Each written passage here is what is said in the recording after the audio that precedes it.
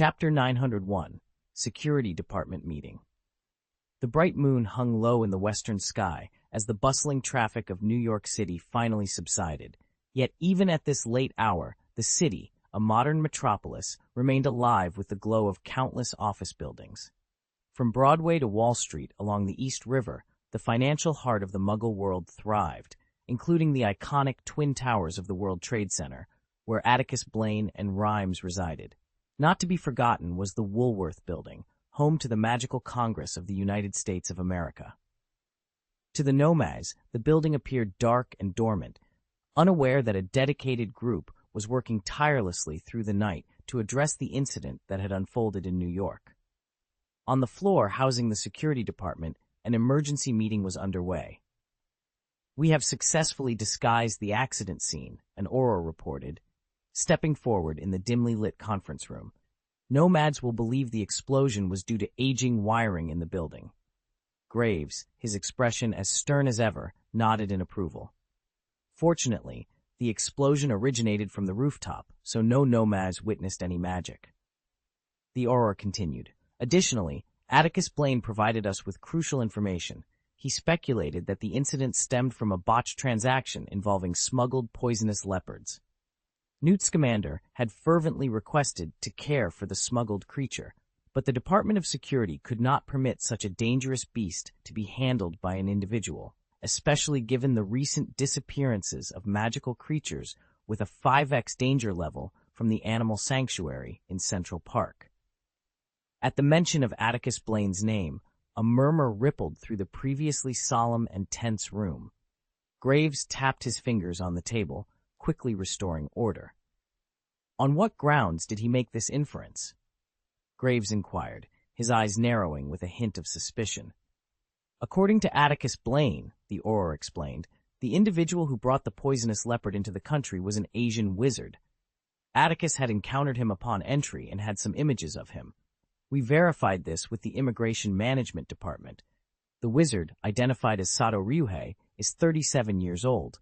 After entering the country, he stayed at a Muggle hotel and later traveled to the Blind Pig Bar using nomad transportation. Atticus recognized him there. However, Sato Ryuhei did not linger at the bar. After meeting with two wizards involved in the transaction, the trio left together. The explosion occurred shortly thereafter. We discovered fragments of the black suitcase Sato Ryuhei brought into the country at the scene, confirming Atticus Blaine's information.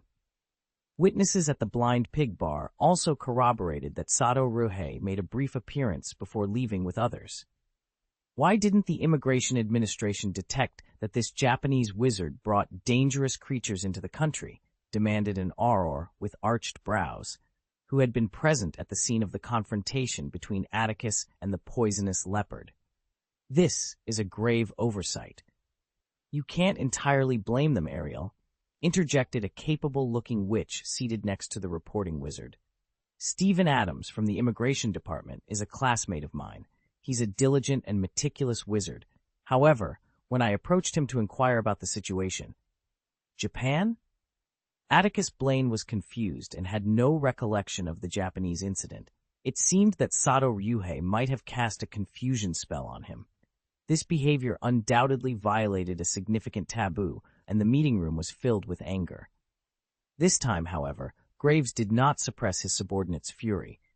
He was deep in thought until everyone had nearly vented their frustrations.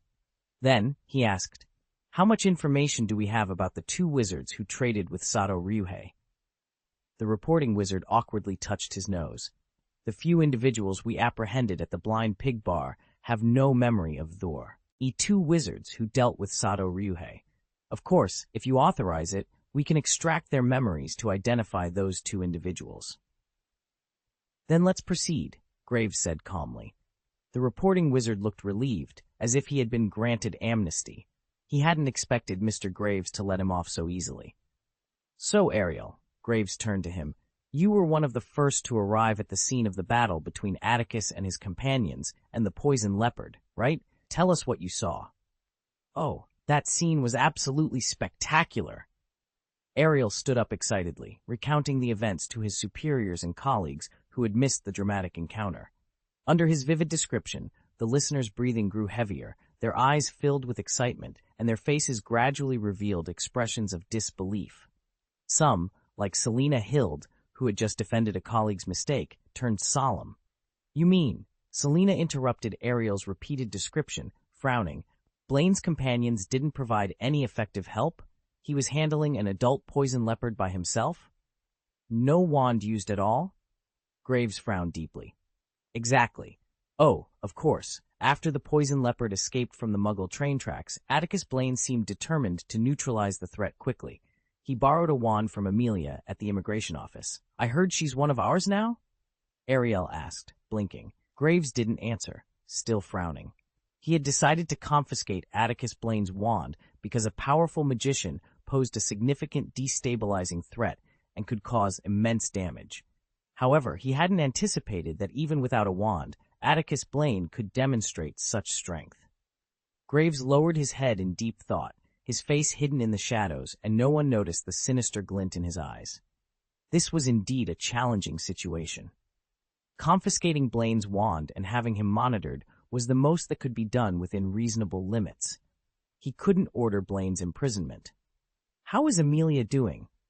Graves suddenly asked after a long silence. "She suffered some external injuries and accidentally inhaled a trace amount of the poison leopard's gas. We've sent her to St. Josiah's Hospital for magical injuries.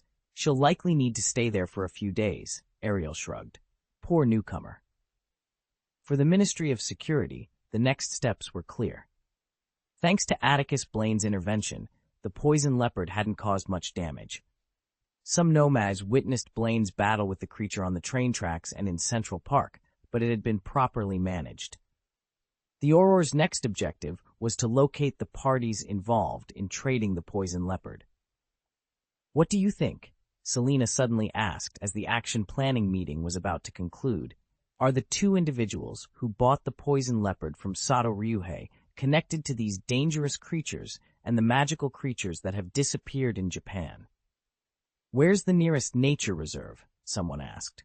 "Whatever the truth is," Graves replied, standing up with an impassive expression, "we must find the suspect first." With that, he strode out of the conference room. "This isn't normal," Ariel remarked, watching her boss's retreating figure with a hint of surprise. "I thought Mr. Graves would set a deadline for us to find the suspect." End of this chapter. Chapter 902. Government interference in mainstream news media is a phenomenon that occurs in both the Muggle and Wizarding worlds, regardless of the country. However, when Remus received the morning edition of the New York Spectre and found only a brief mention of the previous night's events, he was taken aback. "I thought they would cover it more extensively," Remus remarked to Atticus Blaine, who was intently focused on his bacon sandwich across the table. He handed the newspaper over to Atticus. The weather in New York had changed dramatically from the day before. In the southeast, a massive cumulonimbus cloud loomed, carried by high-altitude winds toward the city, promising an inevitable downpour. After skimming through the newspaper, Atticus set it aside. He swallowed his food, took a sip of hot tea, and cleared his throat. Typically, the Magic Congress wouldn't suppress information so thoroughly, but during the general election, anything can be used as ammunition against opponents, especially something as serious as this. Both sides likely see it as a trap set by their rivals, so it's understandable why they chose to suppress the news. Remus nodded in agreement. This wasn't their concern as Muggles. They didn't need to worry about the aftermath. Their focus needed to remain on the upcoming joint review meeting next week. They had gleaned valuable information from Narlac, uncovering damaging details about Graves. However, the situation remained challenging. Threatening Graves in such a manner was irrational. While confrontation might force submission, using it as a regular tactic would eventually backfire on Atticus, making it impossible for him to navigate the magical world. "Should we try to meet with Graves, Atticus?" Remus asked. The promotion of learning machines in America had been delayed for too long. Although Remus didn't show it, he was anxious. After the previous night's riot was quelled, they provided information to the Aurors of the security department. Remus hoped they would have a chance to meet track Graves, allowing Atticus to assess Graves' condition firsthand. However, Despite Atticus's request for a meeting, Graves had sent word through the Aurors that he would not meet with them before the review meeting. Graves' response was blunt but wise, Atticus observed, glancing out the window at the rising wind. He's a clever wizard. He anticipated our attempt to persuade him before the review meeting and preemptively thwarted it. If, as Narlac suggested, Graves has a significant physical issue, he might be using it as an excuse to avoid us. Given his cautious nature, he likely suspects that if he appeared before me, I would discern his condition. Remus frowned, contemplating Atticus's words, then nodded reluctantly. Atticus stood up, wiped his mouth with a napkin, and donned his coat. He turned to Remus, who remained seated with a troubled expression. Atticus offered a reassuring smile. "Don't worry too much, Remus. We'll find a way to handle this." Remus snapped out of his thoughts and nodded, realizing Atticus was preparing to leave. "Are you heading to the Blind Pig, or meeting Mr. Newt Scamander?" Narlac has no. Atticus Blaine pursed his lips and smiled. "Shouldn't we go see Amelia now? She's the first friend we made in New York." "Friend?" Remus raised an eyebrow as he stood up. "You call everyone a friend, Atticus."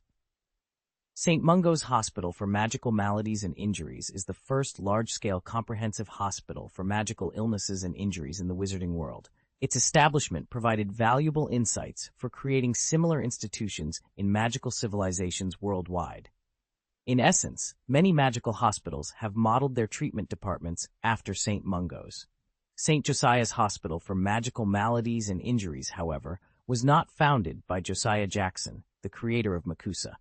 It was named in his honor by later generations, recognizing his role in transforming the American wizarding world from chaos to civilization. The hospital's name was graced the word holy.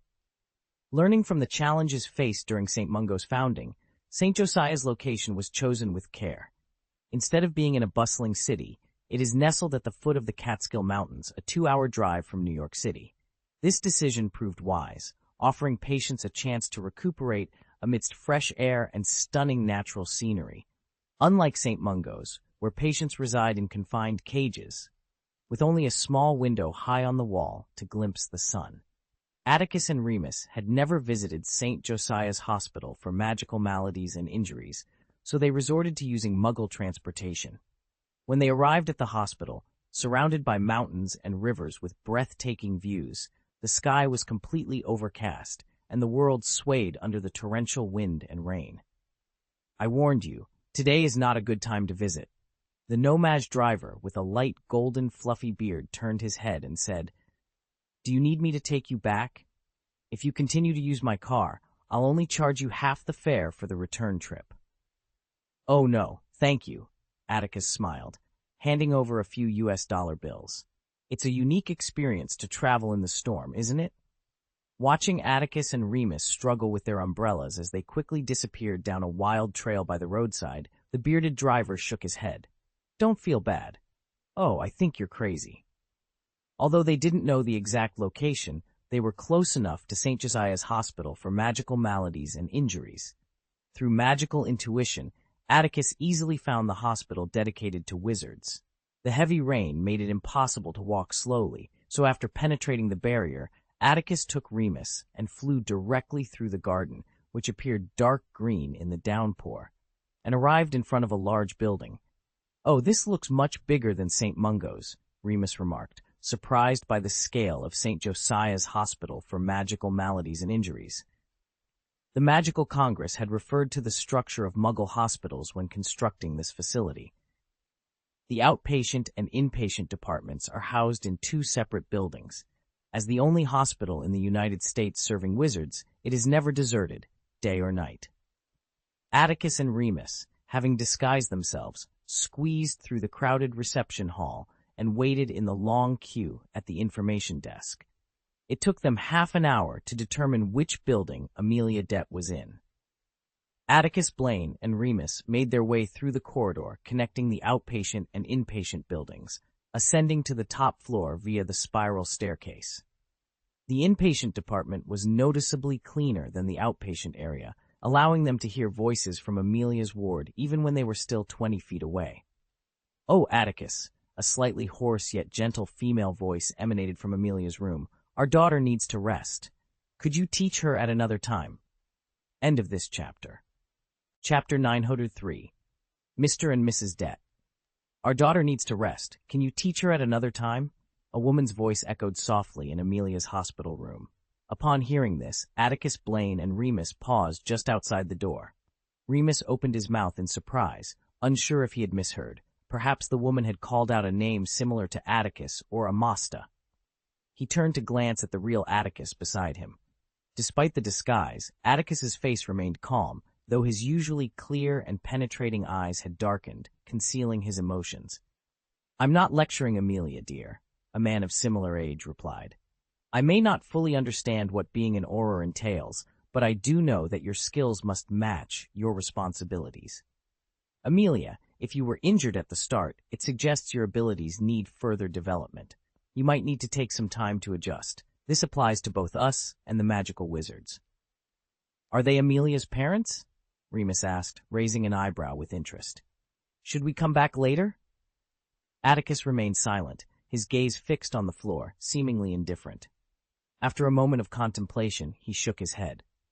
"I think we should meet Amelia's parents, Remus. After all, she was injured while following us, wasn't she?"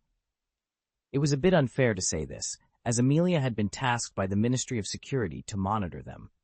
They hadn't intentionally involved a newly graduated witch in dangerous situations. Nonetheless, Remus nodded in agreement. While Remus didn't particularly admire Amelia, he didn't dislike her either. Despite being an official of the Magic Congress, she was a young woman who, though somewhat naive, was earnest about her principles. Out of respect, Atticus decided to reveal his true appearance. Seeing this, Remus also dispelled his disguise magic. Knock, knock, knock. The sudden knocking on the door silenced the voices inside the closed ward. The elderly couple, unfamiliar with the magical world, hesitated to decide whether to invite the visitors in. They looked to their daughter for guidance. "Maybe it's the therapist doing rounds," Amelia suggested uncertainly, as the therapist had already visited earlier that morning. "Or perhaps it's a colleague from the security department seeking information from me." "Then invite them in, Amelia," Mr. Deter said, rising from the edge of his daughter's hospital bed. He smoothed the wrinkles on his gray woolen trench coat, straightened its lapel, and cleared his throat, speaking with a solemn air. Mrs. Deter, with her slightly plump face, appeared somewhat reserved. She and her husband were in a magical world they knew little about, and the unfamiliarity of the people and things around them made them uneasy. Despite the stormy darkness outside, the ward was clean, bright, and spacious, even featuring a separate kitchen. There were no lights, but the white walls seemed to possess a magic that adjusted the milky white fluorescence, illuminating the room without being harsh on the eyes. An elderly couple stood beside Amelia's hospital bed. Both appeared to be over 60, yet the old gentleman maintained a straight posture.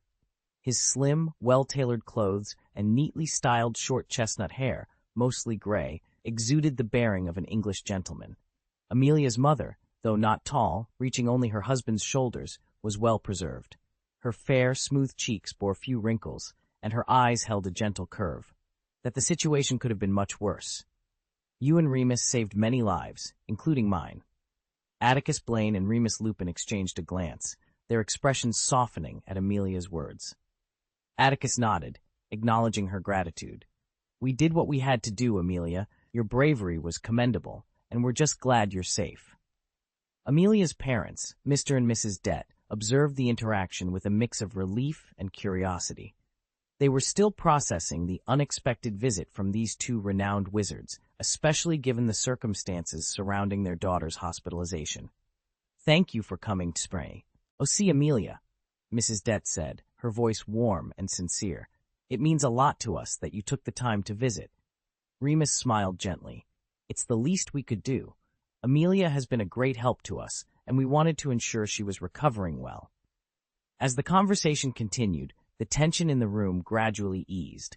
Atticus and Remus shared stories of their adventures, lightening the mood and drawing smiles from everyone present. Amelia's parents listened intently, their initial apprehension giving way to genuine interest and appreciation for the two wizards. Eventually, Atticus turned to Amelia, his expression serious yet kind. "We should let you rest now, Amelia, but if you need anything, don't hesitate to reach out." Amelia nodded, her eyes reflecting gratitude and respect. "Thank you, Atticus Remus. I appreciate everything you've done." With a final nod to Mr. and Mrs. Dett, Atticus and Remus took their leave, leaving behind a sense of reassurance and camaraderie. As they walked down the hospital corridor, Atticus couldn't help but feel a sense of fulfillment.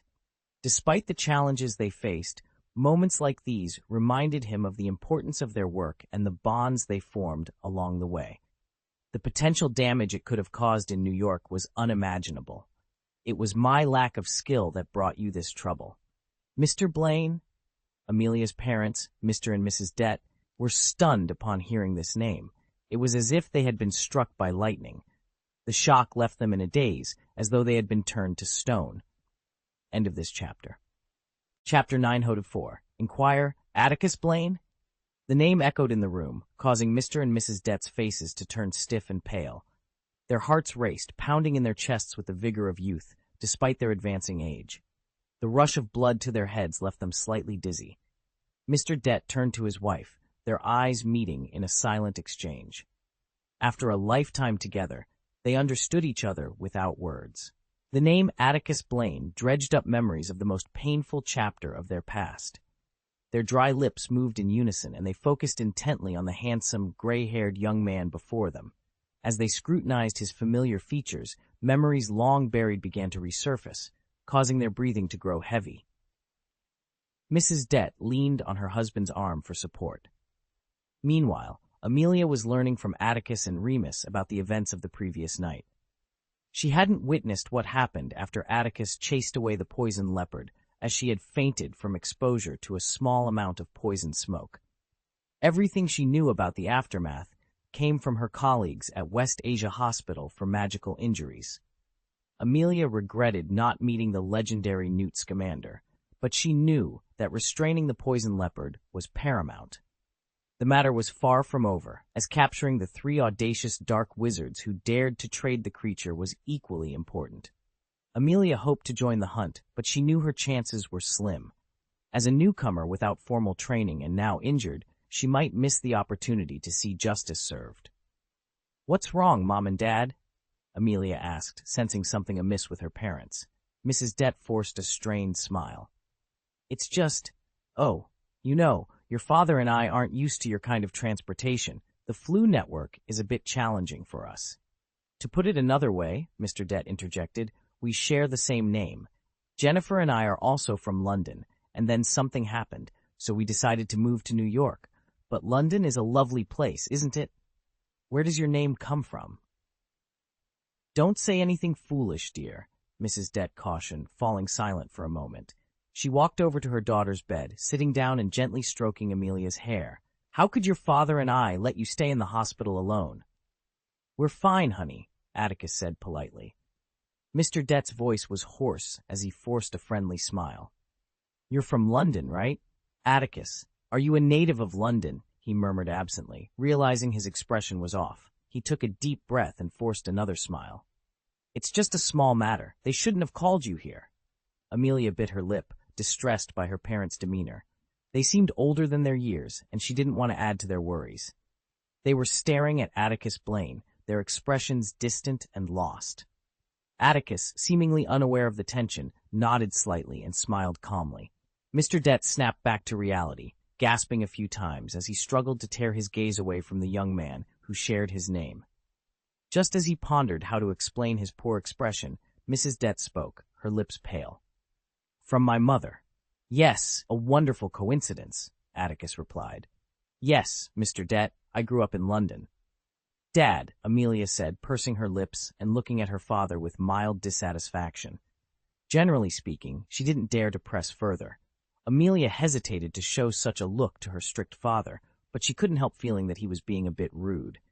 It wasn't like him to question someone like Atticus Blaine. "Oh, I think your dad is just curious," Mrs. Dett said, gently brushing her daughter's hair away from her temples. She gazed at Amelia's youthful and handsome face on the hospital bed, her eyes filled with a mix of love and sorrow. She glanced at Atticus, but quickly averted her eyes as if they had touched something hot. Her voice was thick with emotion as she spoke. This Mr. Atticus Blaine is quite a figure in the magical world, isn't he? But he looks so young. May I ask your age? Mom, Amel, Aya exclaimed, feeling a wave of embarrassment. She couldn't fathom why her parents were behaving this way. Normally, they wouldn't ask such personal questions of someone they had just met. Remus seemed to find the situation amusing, a slight smile playing at the corners of his mouth. Perhaps the old Muggle couple was particularly taken with Atticus Blaine and wanted to know more about him. Atticus smiled, indicating he didn't mind the inquiry. I'm 25 years old, madam. I wouldn't dare call myself a big shot. I'm just a reasonably competent wizard, he replied modestly. Atticus Blaine, a Londoner named after his mother, was indeed 25. Mr. and Mrs. Dett processed this information, each piece fitting together in a way that felt both overwhelming and unbelievable. Then perhaps we should take our leave, Amelia, Atticus suggested, sensing it was time to go. He smiled warmly at her. Aside from visiting Newt, we won't be going out much in the next few days. You can rest and recover without worrying about any trouble we might cause. His tone was light, clearly joking. Amelia stifled a smile, about to respond when Mr. Dett suddenly snapped out of his daze. Are you leaving? Oh no! His exclamation brought a hush to the room. Amelia raised her eyebrows, both confused and slightly irritated with her father. Oh, I mean. Mr. Dett, a tall man, wiped the sweat from his forehead and looked at Atticus, who was silently questioning him with his eyes. I mean, he stammered, searching for words. He glanced out the window at the stormy weather and had an idea. We can't let our friends who came to visit you leave in this heavy rain, can we? Amelia, that would be too rude. Since it's lunchtime, why not stay and have lunch with us? Amelia's expression softened. She wanted to remind her father that wizards didn't need to rush. Atticus and Remus could simply step out of the forbidden apparition area and return to their hotel instantly. But then she thought it might be nice to have them stay for lunch. After all, they had come to visit her. She said nothing, looking at Atticus. After a moment's thought, Atticus glanced at Remus, who shrugged as if to say, It's up to you. Then it's settled. Mrs. Dett chimed in cheerfully before Atticus could respond. There's a kitchen here. Oh, I've never used a wizard's kitchen before. I hope nothing goes wrong, but we'll need some ingredients. She looked at Atticus expectantly. When we came up, we noticed a supermarket nearby. Remus and I can go check it out, Atticus offered smoothly, understanding Mrs. Dett's intent. He exchanged a look with Remus, and the two quickly left Amelia's ward. About this Atticus Blaine, Mr. Dett began almost as soon as the door closed, standing with Mrs. Dett in front of Amelia. His eyes were slightly red as he addressed her with a serious tone. Tell us about him, Amelia, Atticus Blaine urged, his voice a mix of curiosity and concern. We want to know everything you can share. End of this chapter. Chapter 905. Unrecognizable. For a moment, Amelia felt as if her parents had been through some sort of shock and had lost their sanity. However, when she looked into their eyes, she saw clarity and reason. She frowned, studying them for a while. All right, she said, temporarily suppressing the confusion in her heart. What I know about Atticus Blaine is from the Daily Prophet, Wizarding Weekly, and various reports and interviews. The wizarding media is much like the no-maj media. It's not always reliable. It's okay, honey, Mrs. Dett said, trying her best to maintain a loving smile for Amelia. All right, Amelia muttered, collecting her thoughts during a brief silence. Well, Atticus Blaine has many prestigious titles. Vice President of the International Federation of Wizards, Honorary Vice President of the Alliance Against Dark Arts, Senior Advisor to the British Ministry of Magic, and a member of the Wizengamot, among others. But in everyday life, he's the head of student safety at Hogwarts School of Witchcraft and Wizardry, which is essentially the deputy headmaster. Hogwarts is a school for magic, much like Ilvermorny, but with a much older history. If we hadn't left London, I would have attended Hogwarts too. Despite her words, Amelia felt no regret. In her mind, Ilvermorny was the best magic school in the world. She continued in a soothing tone. Atticus Blaine is considered by many to be the most powerful wizard of modern times. However, some believe Albus Dumbledore holds that title. Dumbledore is the headmaster of Hogwarts, a legendary wizard with many remarkable achievements, though he is quite old now. Even those who don't consider Mr. Blaine the most powerful wizard agree that only Dumbledore could rival him.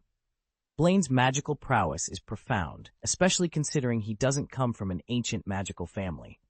As we all know, Atticus Blaine was born to no-mage parents. "Are they all no-mages?"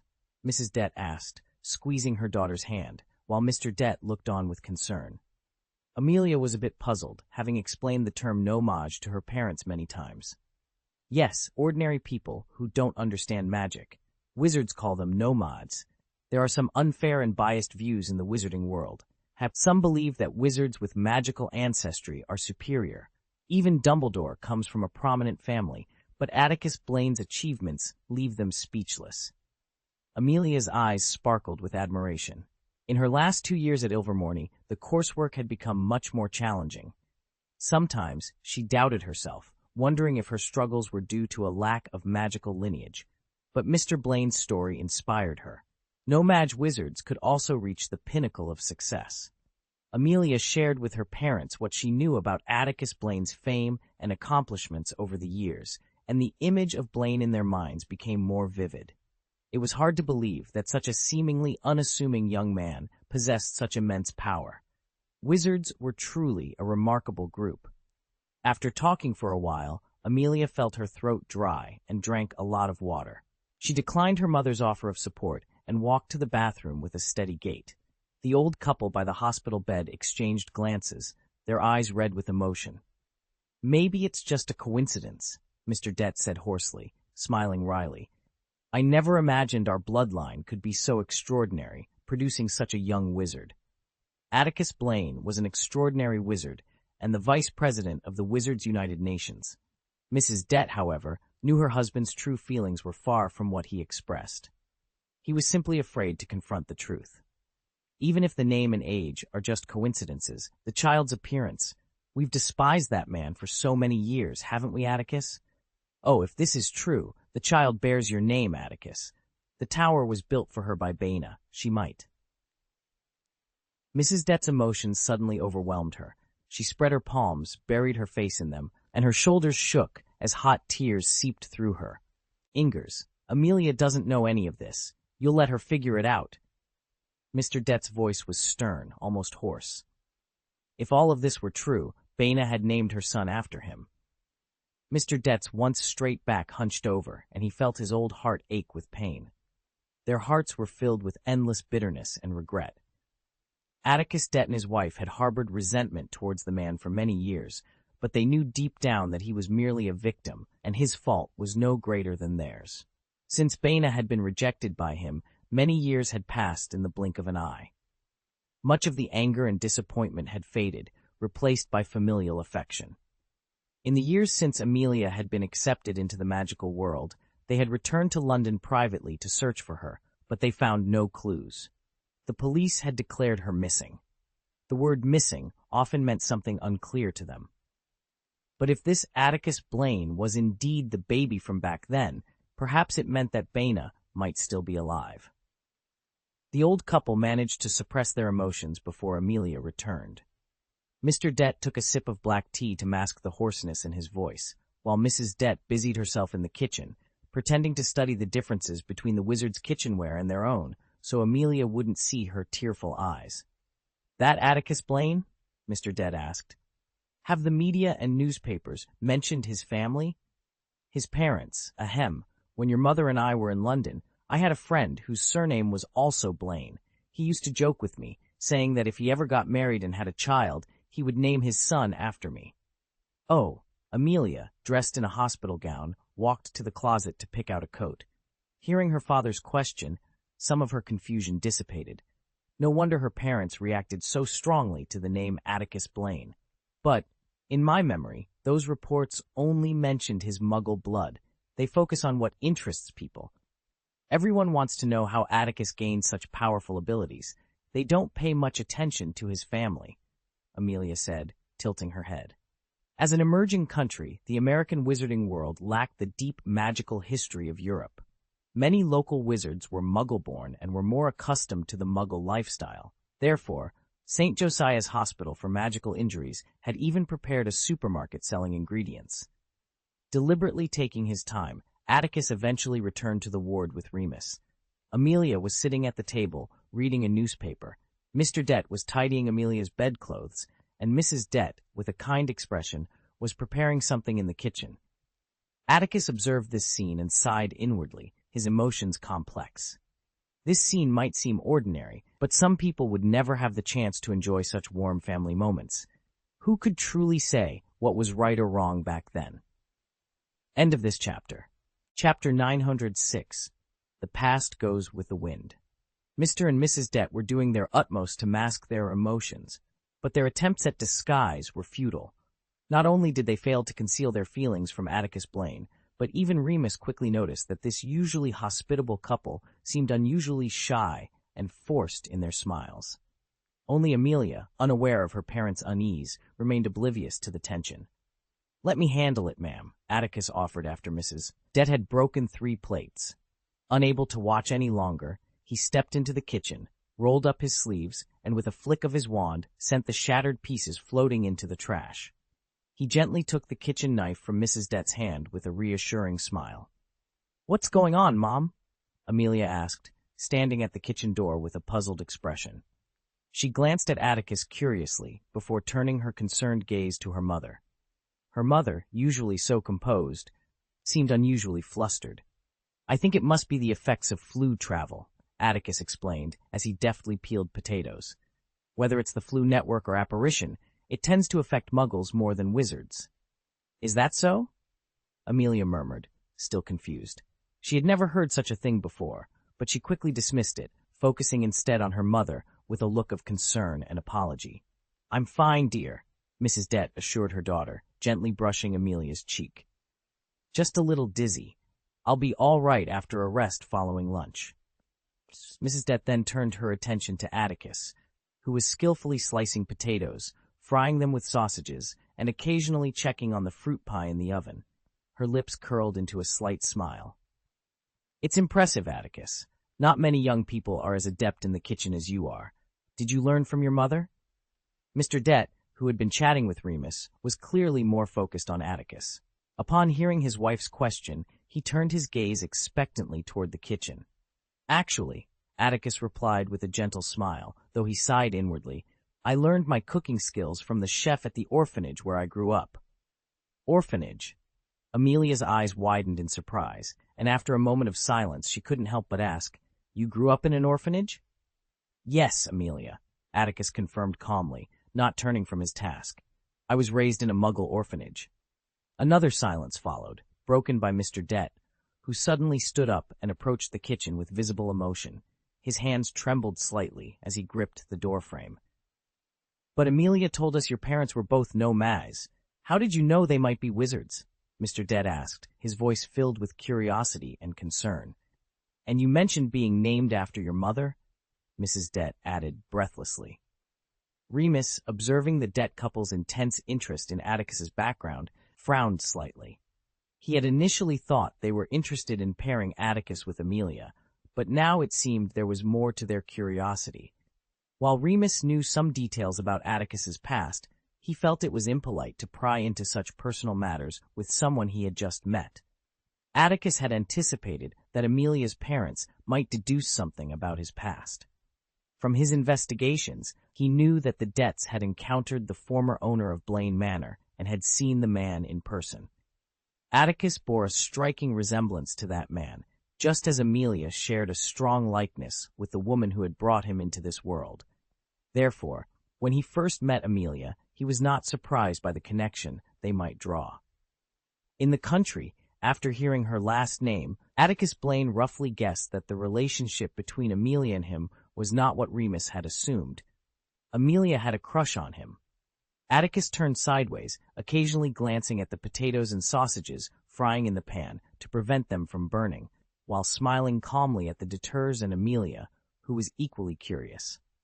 "That is because," he began, "Amelia probably doesn't know that she once had a sister in this woe, RLD." Atticus understood the concerns of the Fidets, but the truth was no longer important. Having hope was what mattered most. "When my mother left me at the door of the orphanage, she left the name Atticus Blaine on a piece of paper and then disappeared. An orphanage staff member who saw her said she looked very weak, walking in the snow. If a wizard had a wand, they wouldn't put themselves in such a predicament. Mr. Dieter stared blankly at Atticus, clenching his fists tightly to resist the overwhelming feeling of suffocation, while Mrs. Dieter looked as if she might faint, and their daughter appeared equally worried. There was no need to wonder anymore. The gray-haired young man before them was indeed the child Baina had brought back then. Atticus was an orphan, abandoned at an orphanage. Amelia was certain that no media had ever reported this before. The thought of a woman abandoning her child was unimaginable to her. She frowned, her eyes filled with anger and sympathy for Atticus. "What about your father, Mr. Blaine?" Amelia asked, already immersed in Atticus's story. "You know he's a muggle, so you've met him, right?"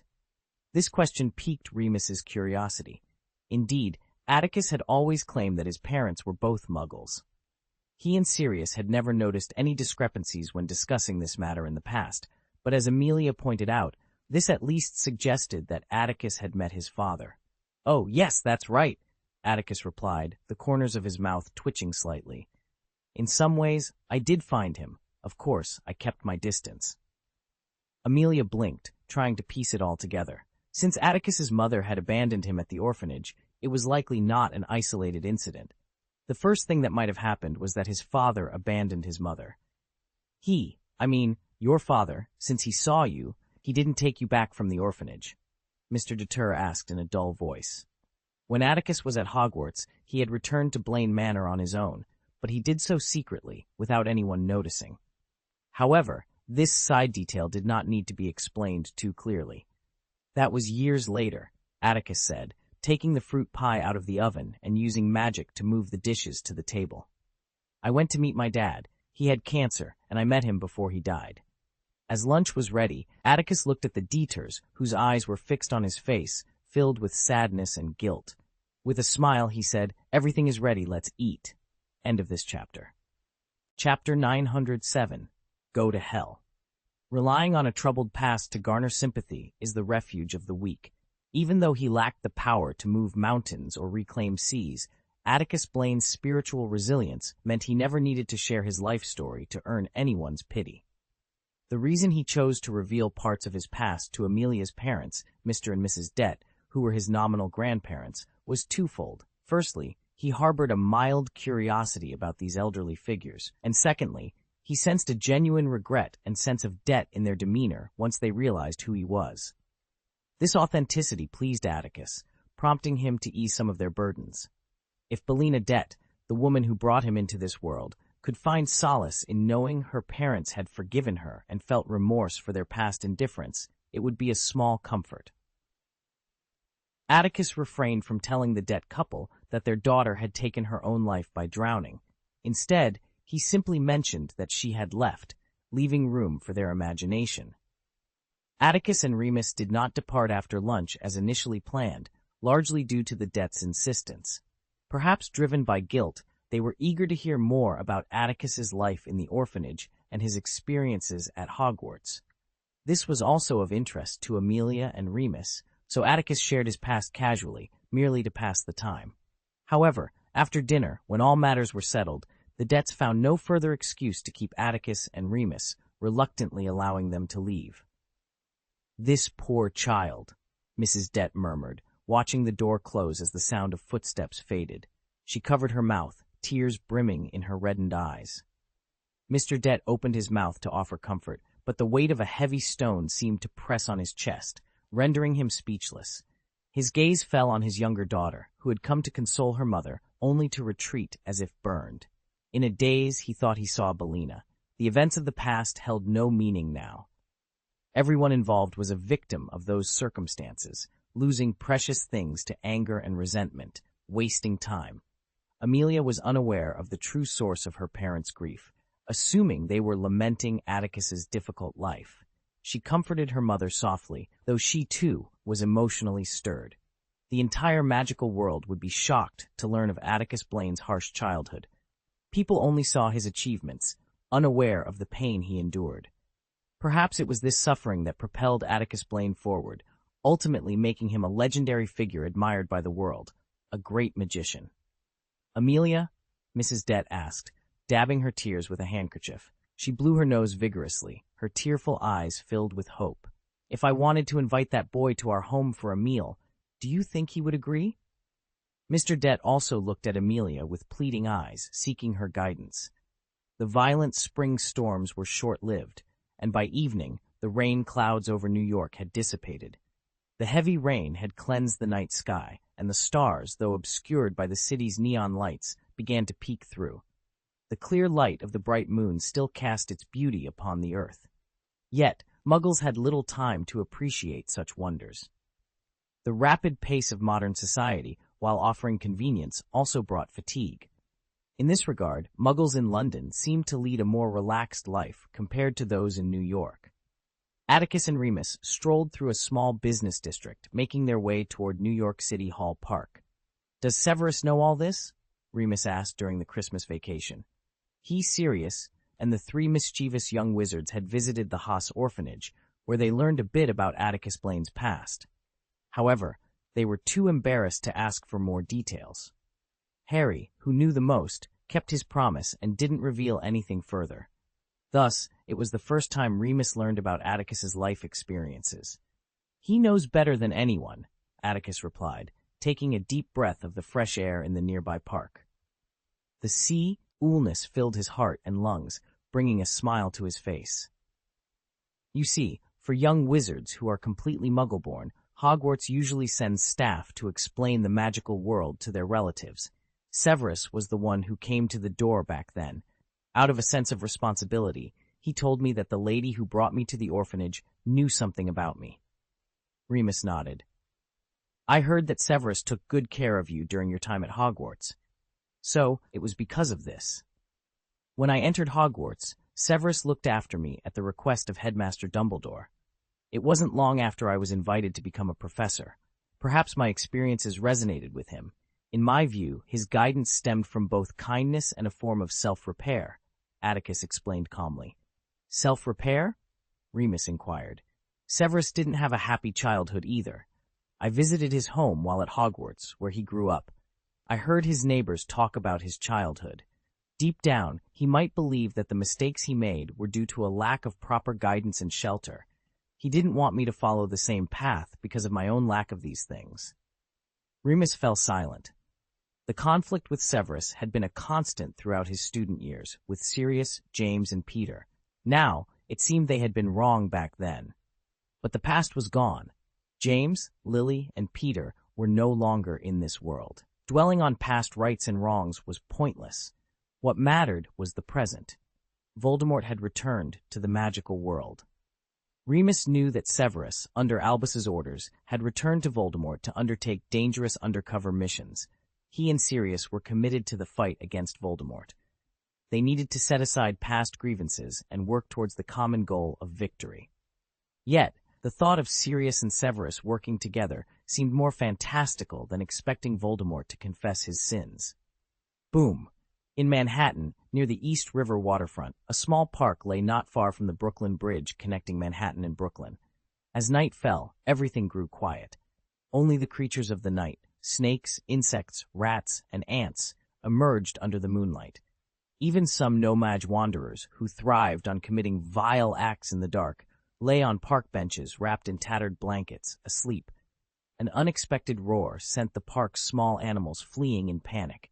Yet, an almost invisible mist-like black veil descended from the sky just in time, enveloping the park and muffling the fierce explosion.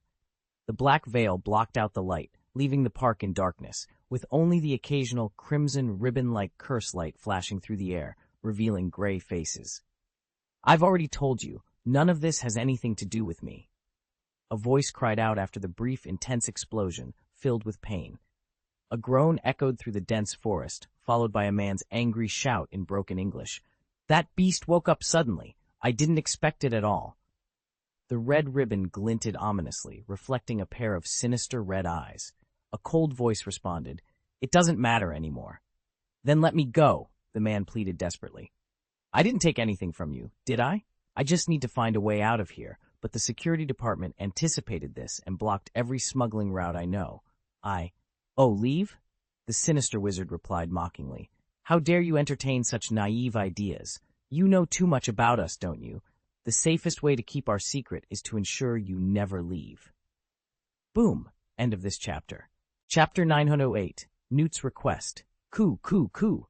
As the sharp teeth interlocked, pale bone fragments mingled with scarlet blood trickled down from the ferocious short snout, cascading down the slender neck and onto the pearly scales of the chest. The air was thick with the nauseating scent of blood. As the fresh, delectable meal was devoured, the bloodlust in the pure white, pupilless eyes of the diners at this gluttonous feast gradually subsided, replaced by a calm and gentle demeanor. The 50-foot-long wings, covered in white fascia, slowly folded in, retracting to the sides of the back, adorned with a row of slender, white barbs. Click, click, click! The massive claws of the fire dragon embedded themselves into the pyramid-shaped mountain, sending crushed rocks tumbling like rain, quickly burying the remnants of the previous carnage. The Australian opal eye ascended to the peak of the rocky summit, letting out a series of long, seagull-like cries, though much richer in tone. Satiated, it slowly knelt down, curling its thick, long tail around its body. After releasing several clusters of bright red flames from its short snout, it finally drifted into a deep slumber. Not far away, a group of magical animal experts, concealed behind a magical barrier, witnessed this scene. They erupted in applause, tossing their hats in celebration. This Australian opal eye had been brought from the Australian Fire Dragon Nature Reserve to the New York Magical Creatures Reserve just before Christmas last year, with the approval of the Magic Congress. Its arrival filled the void of wild fire dragons in the United States, providing invaluable research material for experts on magical protected animals. The public could also apply to visit it by appointment, making its presence highly significant. Remember what I said. As the group of magical animal experts calmed their excitement and turned their admiring gazes toward the elderly wizard behind them, he showed no signs of joy or pride. Instead, he looked at the snoring opal eye with a slightly pained expression. Newt sighed and spoke, then turned his gaze to the woods beside him, lush with vines and shrubs. "Hobie, Millie, Mahler!" His voice called out to the verdant forest. Soon, there was a rustling in the damp undergrowth, and 3 flashes of light in different colors emerged from the forest. Before the staff and experts at the New York Magical Animal Nature Reserve could react, the 3 cats were already in place. "Oh, no, Hobie!" Newt quickly inserted 2 fingers into Hobie's mouth, fiddling around until he extracted a tiny, fleshy Mottla rat that looked as if it had just been born. The poor creature was terrified, curled up and trembling in Newt's palm, trying to burrow into safety, scratching at Newt's hand with its 2 small white teeth protruding from its lips. "Oh, don't be afraid, little one." Newt gently held the newborn Mottla rat by its tail and handed it to a staff member. "Please return it to its mother and convey my apologies," Newt said, then pulled Hobie off his head, who was angrily swatting at him with its claws after being deprived of its snack. "Calm down, Hobie, that's not your food." "Meow. Do you need compensation?" Newt asked, moving his beard in exasperation. "All right. How about a pot of ferret meat?" "Meow." 2 pots. Newt frowned, but at that moment, Millie and Mahler began quarreling on his shoulder. To quickly restore peace, Newt raised his hands in surrender. All right, each of you gets 2 pots. You're really taking advantage of the situation. Come on, we need to head back soon." Tina mentioned it's quite rude to leave guests waiting at home. The so-called home was actually a wooden cabin situated on the border between lush forests and grasslands within the Magical Animal Nature Reserve, established by the Magical Congress in Central Park. Atticus Blaine was not the only one who had faced unfair treatment. Newt, who had previously caused a commotion in the city, was also under certain restrictions. Since Newt claimed to be searching for Missy, high-risk magical creatures, the Department of Security arranged for him to reside in the nature reserve. Unlike Atticus, however, this arrangement suited Newt perfectly. The sky was dotted with a few lazy, wind-swaying clouds, and the greenery was vibrant and fresh. On the gently rolling grassland, 2 purple-gray adult horned camels strolled leisurely. Atticus sat on one of them in front of the wooden house. Beside a stone water tank set up for magical animals, a ball escaper was playing joyfully. This fluffy creature clearly didn't want to be handled.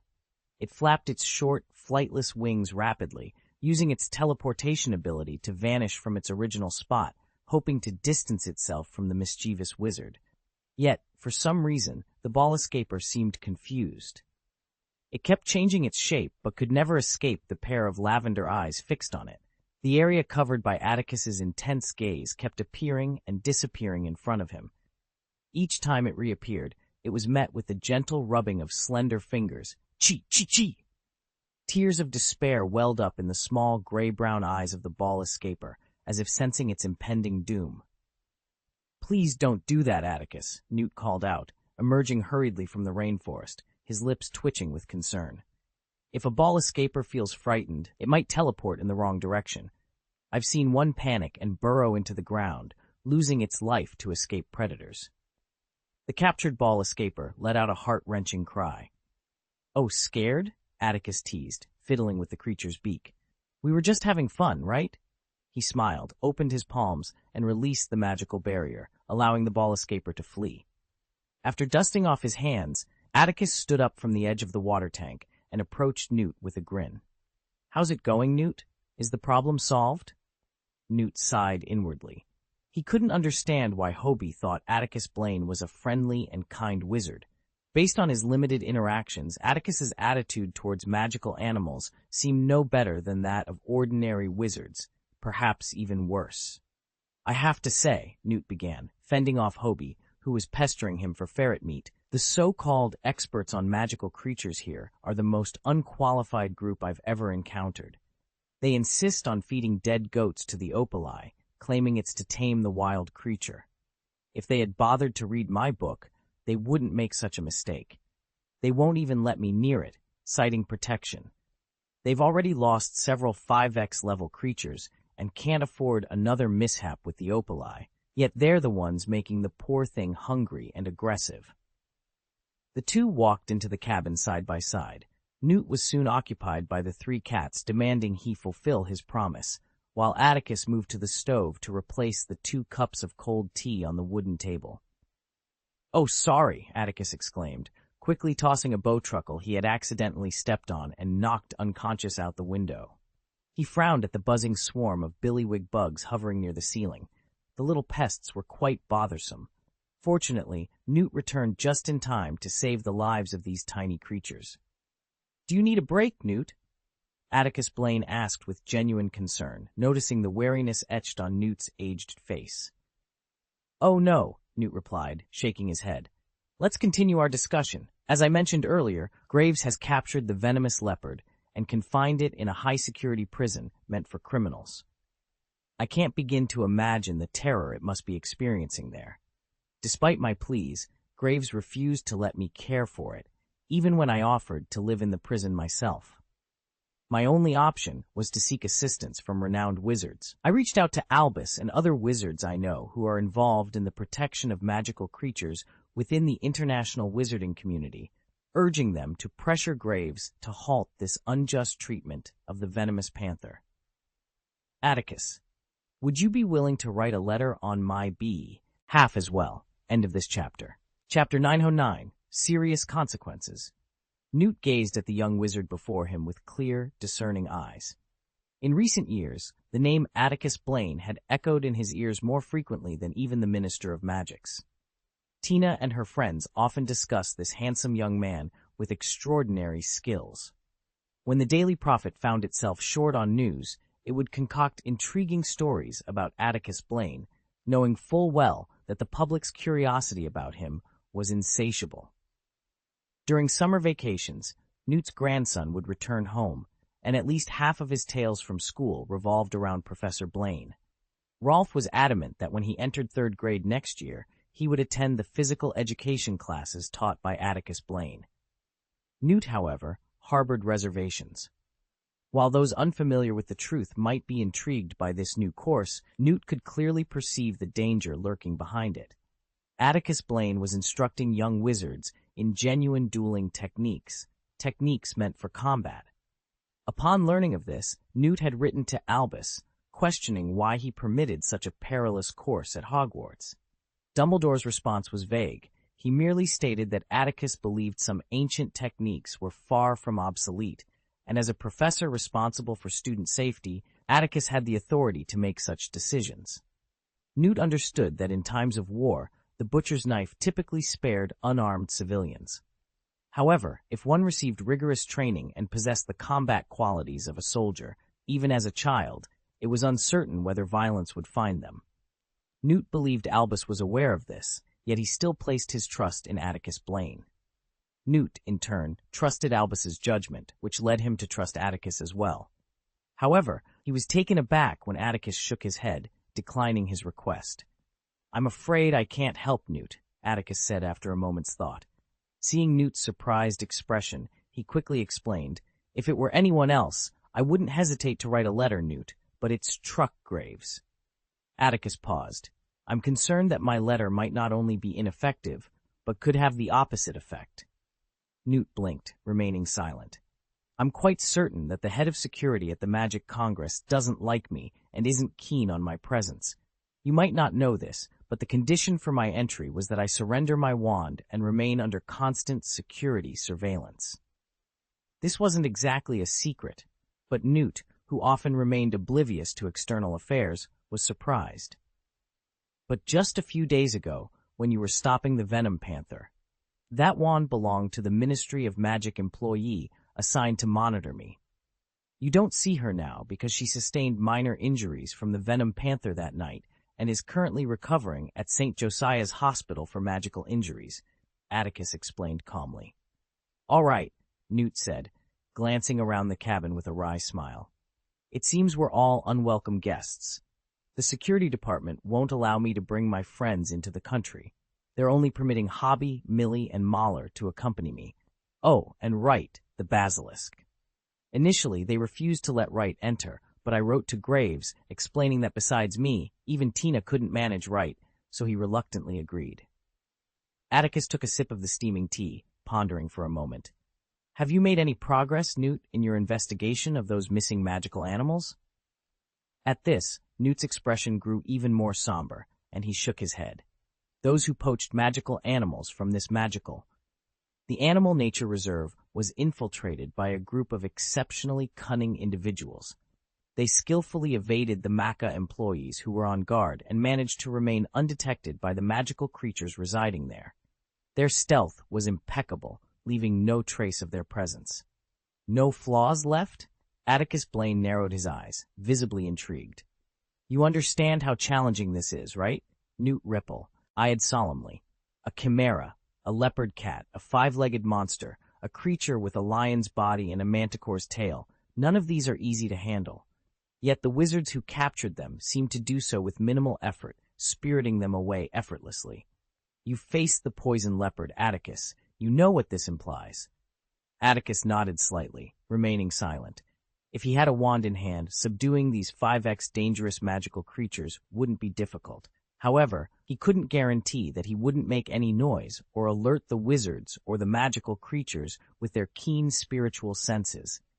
The disappearance of these perilous creatures was something he had been aware of since arriving in New York. The case had been ongoing for 2 months, with the Department of Security Aurors stationed there. The perpetrators had even conducted a third investigation, successfully taking the 5-legged monster during their second operation. The intricacies of this situation were worth contemplating. "Poaching of magical creatures is, unfortunately, not uncommon," Atticus mused, "especially rare ones, which fetch high prices on the black market. But I'm puzzled. Why take such risks to poach high-risk magical creatures on such a large scale? It can't just be for gold. I believe the Department of Security is closely monitoring the black market here in New York." "It's indeed unusual," Newt, who had lived for a century and witnessed many strange events, agreed with a frown. "What are they planning? Not all 5x dangerous magical creatures are valuable, like the 5-legged monster. Wizards can't use anything from it, yet they still took it. I sincerely hope they aren't trying to tame them for a terrorist attack. I suspect they also considered targeting the Opal Eye, but its recent foul temper might have deterred them. Perhaps its bad temper saved its life." Atticus considered warning that if they dared to launch a second attack, a third might follow. The fire dragon might not be entirely safe and required close monitoring. However, he realized that both Newt and the Mac would have already considered this, so he refrained from saying more. Newt sat there, deep in thought. He had spent most of his life convincing people that magical creatures were not merely dangerous and uncommunicative. They could interact with wizards and coexist in the magical world. More and more people were beginning to understand that magical animals were not just sources of hair, scales, or organs. He feared that these individuals were targeting the most dangerous magical creatures to harness their power for attacks. The thought of these creatures rampaging through the bustling Muggle areas of New York was terrifying. The wizarding world would undoubtedly be exposed. Today's Muggle communication methods are far more advanced than 70 years ago. News of strange animals attacking civilians would spread rapidly. The potential for chaos to spread from New York throughout the non-magical world was alarming. Even more concerning was the possibility that such a catastrophic event could lead wizards to reconsider their trust in magical creatures, reverting their attitudes to those of a century ago. Atticus Blaine understood the gravity of the situation. He contemplated for a moment before speaking. "I can help you find Narak, Newt." Newt, snapping out of his thoughts, nodded in agreement. "Thank you, Atticus. However, I must admit, my expectations are low. I know Narak well. If that goblin has any information about this matter, he won't hesitate to sell it for the right price." Newt stood up, gesturing for Atticus to join him. "Let's go meet with Wright together. There's something important I need to discuss with you." End of this chapter. Chapter 9-10. Atticus Blaine followed Newt to the backyard of the cabin. Next to a vegetable patch, where numerous goblins busily tended to the plants, lay the entrance to a cellar. "I think Wright will be thrilled to see you," Newt remarked with a smile, glancing back at Atticus before lifting the grass-covered hatch. A musty, fishy odor wafted up as he descended into the dark opening. "I hope so," Atticus replied, his expression a mix of anticipation and unease. As they entered the cellar, a cold dampness enveloped them, making it difficult to breathe. The cellar was devoid of light, reminiscent of a water prison. Atticus was puzzled. He couldn't fathom why Newt, known for his kindness towards magical creatures, would choose such a place for the basilisk to reside. However, as he followed Newt down the final stone step of the spiral staircase and surveyed the expanded basement, understanding dawned on him. The vast rectangular room was flanked by thick stone pillars, intricately carved with entwined snakes. These pillars supported a ceiling that disappeared into the shadows above. Scattered across the hard rock floor were animal bones, mostly from rats, ferrets, and goblins. Through his magical vision, Atticus noticed a somber statue of Salazar Slytherin presiding over the room. "I think you can see, Atticus," Newt said, allowing his wand to emit a faint glow, just enough to illuminate the path ahead and avoid the puddles scattered about. "This is a modest replica of the legendary Slytherin Chamber of Secrets you once explored. Of course, it lacks the grandeur of Salazar Slytherin's original, but it's the best I could manage. I even have a similar room in my suitcase, all to ensure Wright gets a good night's sleep." Atticus surveyed the chamber and nodded in appreciation. "Did Headmaster Dumbledore assist you with this?" "Yes, Albus was a great help," Newt replied, leaping over a puddle with a long stride. He turned back and whispered, "When you rescued Wright from the Chamber of Secrets and handed him over to the Ministry of Magic, Connolly initially saw it as an opportunity for fame. However, he quickly realized that the Department for the Regulation and Control of Magical Creatures was ill-equipped to handle Wright. After several mishaps, they sought my assistance. As I've mentioned before, Wright is the most challenging magical creature I've ever encountered. He had no peers, no friends, and barely enough food, having been confined in darkness for 1,000 years."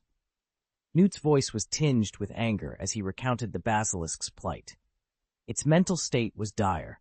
It refused to communicate and was constantly stressed, unable to sleep. I struggled for a long time before deciding to create a special room for it. It worked, though it still won't allow Tina near it. At least now, it eats and sleeps. I can't fathom why Salazar Slytherin wouldn't have ensured a better existence for Wright after his death. If Wright had a companion, I believe he would lead a much happier life in the coming millennium.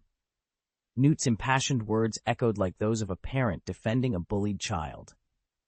Perhaps you can find a more effective way to communicate with the basilisk, Atticus, he suggested. Finally, they reached the statue of Salazar Slytherin.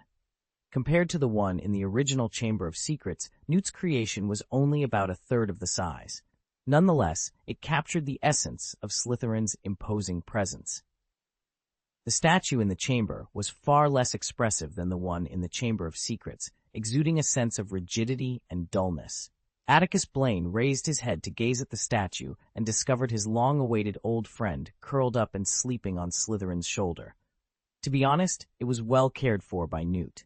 Compared to its previous image, the basilisk looked healthier. It was a bit plumper, and the green scales on its body shimmered with a luster it hadn't possessed before. Of course, its eyes remained blind, a result of Fawkes' handiwork. "Wright sleeps most of the time," Newt whispered. "It's his way of passing the time. I suppose it's also his method of resisting aging. You know, a typical basilisk can only live for a few hundred years, and Wright has survived for at least 1,000 years since the era of the Founders. Do you think Slytherin ever modified him?" "It's obvious," Newt replied seriously. "This isn't the first basilisk I've encountered, Atticus, and Wright is much stronger than any I've seen. I discovered some peculiar substances in his blood, clearly originating from some dark magical experiments. Moreover, I have a feeling, just a hunch, that Wright's soul is quite unusual. It seems Slytherin's transformation of Wright wasn't limited to his body." Atticus remained silent, his penetrating gaze delving into the basilisk's torso, seeking something deeper. The soul, indeed. Although it was still impossible to intuitively detect the basilisk's soul, Atticus had a vague sense that its soul's activity seemed relatively low, akin to a wizard under a poor petrification spell, able to move but very slowly. The low activity might slow the soul's aging, allowing it to resist the erosion of millennia. Suddenly, as if sensing something strange in the air, the sleeping basilisk appeared anxious. Its thick body began to move slowly, and a layer of lime flaked off its hard scales. "It smells you," Newt said. Atticus nodded. The basilisk coiled faster and faster, its eyes still closed, driven by instinct to hiss and release its snake signal, trying to capture the unfamiliar scent in the air. "Oh," Newt exclaimed, looking at Atticus in surprise. "It's angry. What's going on, Atticus? I thought it would be happy to see you." "Maybe he's upset that I haven't visited him in so long," Atticus replied, his expression unchanged. The basilisk finally regained consciousness.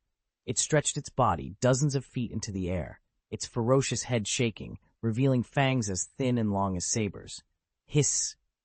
Next to Atticus, Newt made a hissing sound, surprising Atticus. He hadn't expected Newt to speak Parseltongue, unsure if it was an inherited trait or something learned. As if responding to a summons, the basilisk crouched slightly, hesitated, then slithered down Slytherin's right hand. Boom! As it descended, the basilisk leaped, its massive body soaring into the air before gravity pulled it down, crashing to the ground like a colossal boulder. The swirling dust interfered with the basilisk's sense of smell, and being roused from sleep left it groggy. It shook its head to clear the dust, its enormous body continuing to crush the debris on the ground. "Hiss! Hiss! I brought you an old friend, right?" Hiss! Killing old friends of blood, descendants of Salazar.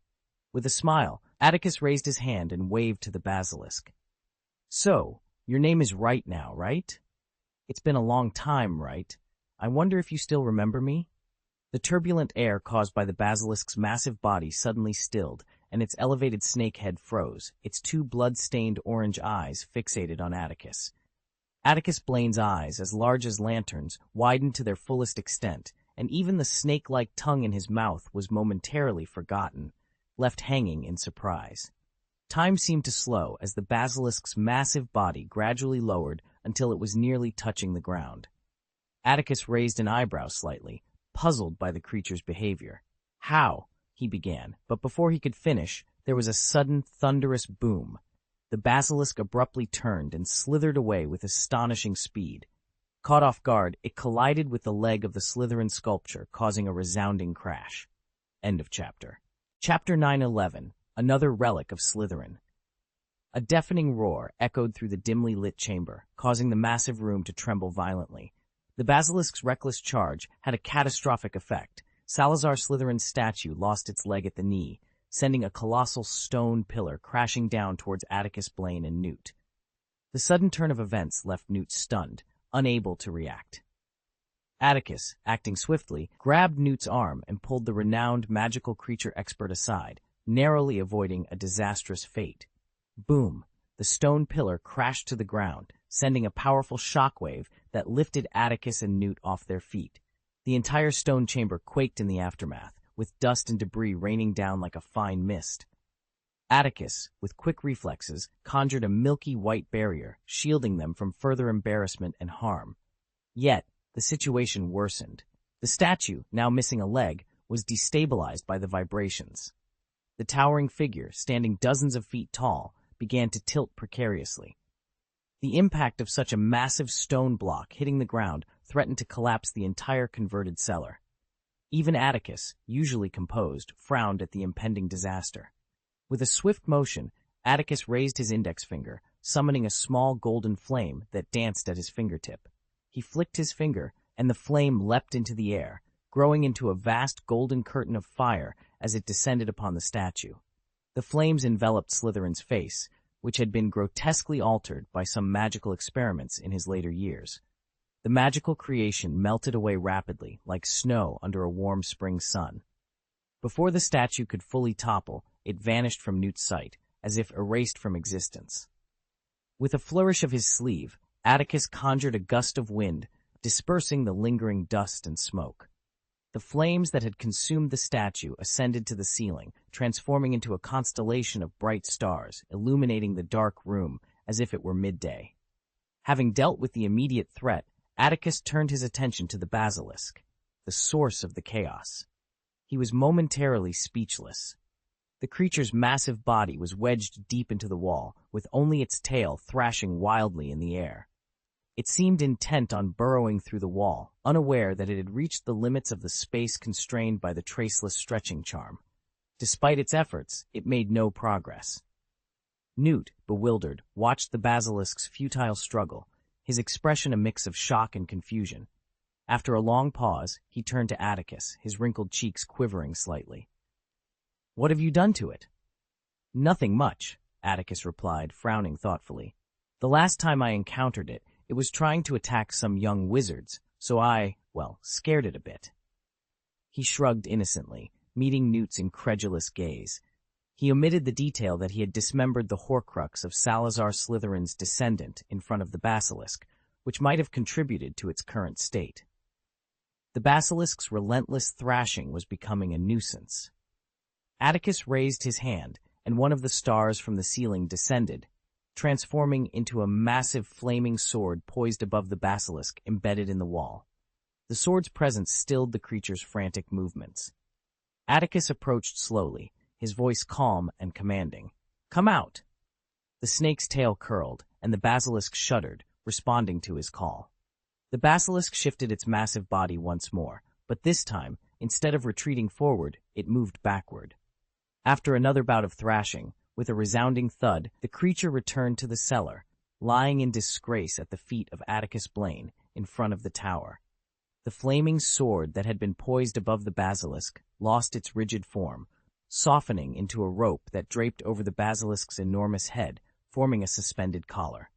Throughout this entire process, the basilisk remained motionless, recalling the searing pain of the flames and the aura of destruction that made it tremble. "I thought it only understood Parseltongue," Atticus remarked, turning to Newt with a hint of satisfaction. He noticed a fleeting expression of unease on Newt's face, but it quickly gave way to a resigned sigh. "Perhaps violence can make magical beasts submit temporarily, Atticus, but you can never win their trust or friendship," Newt cautioned. Atticus nodded in understanding, then gazed at the basilisk's sightless eyes and commanded calmly, "Open your mouth." The basilisk reluctantly extended its forked tongue, appearing both displeased and somewhat aggrieved. What choice did it have? The wizard before it seemed even more formidable than before. Obediently, it slowly opened its mouth, revealing rows of menacing, sharp fangs exuding a strong, fishy odor. Atticus surveyed the basilisk's mouth and soon noticed 2 empty spaces in its lower jaw where fangs should have been. "Did Dumbledore take one of the fangs?" he inquired. The basilisk's compliance left Newt momentarily stunned. He took a deep breath and joined Atticus. "That's right," Newt confirmed. "Not long after Wright was entrusted to me, Albus wrote, requesting one of Wright's fangs for research. So, while examining Wright's teeth, I extracted one and sent it to Albus." After a brief pause, Newt continued. "Around October last year, Wright became quite agitated. After much communication, he finally revealed that one of his teeth was causing discomfort. I suspect that losing that fang left a psychological scar. Upon examining his teeth again, I found the root of the fang severely corroded and loose. I convinced Wright to let me remove it. To my surprise, the tooth was hollow, concealing a Slytherin family crest crafted from mithril and gold, adorned with emeralds." Seeing Atticus listening intently, Newt took a breath and went on. "I asked Wright about it, but he was clueless. He didn't know why it was hidden in his tooth, though he did recognize the name Salazar on the intricate Slytherin emblem, sensing Slytherin's essence." Atticus rubbed his fingers thoughtfully. "Have you informed Headmaster Dumbledore about this?" "I mentioned it in my letter to Albus, and he was intrigued. He wanted to see the badge, but I explained that Wright was deeply attached to the symbol's aura and begged me to return it to his belly. Albus asked me to confirm with Wright that no one else had tampered with the badge. Once assured, he abandoned his plan to acquire it. However, Albus did say that if I ever met you, I should share this information." Atticus stood with his hands clasped behind his back, pondering quietly. When Dumbledore first learned of this, his initial thought might have been that it was another Horcrux hidden by Voldemort. However, he likely realized that this was improbable, especially since the basilisk had assured Newt of its ignorance regarding the emblem. The family emblem was a significant clue. Firstly, it was unlikely that Voldemort would make such a grave error as to allow 2 of his Horcruxes to intersect, as this would significantly heighten the risk of their discovery.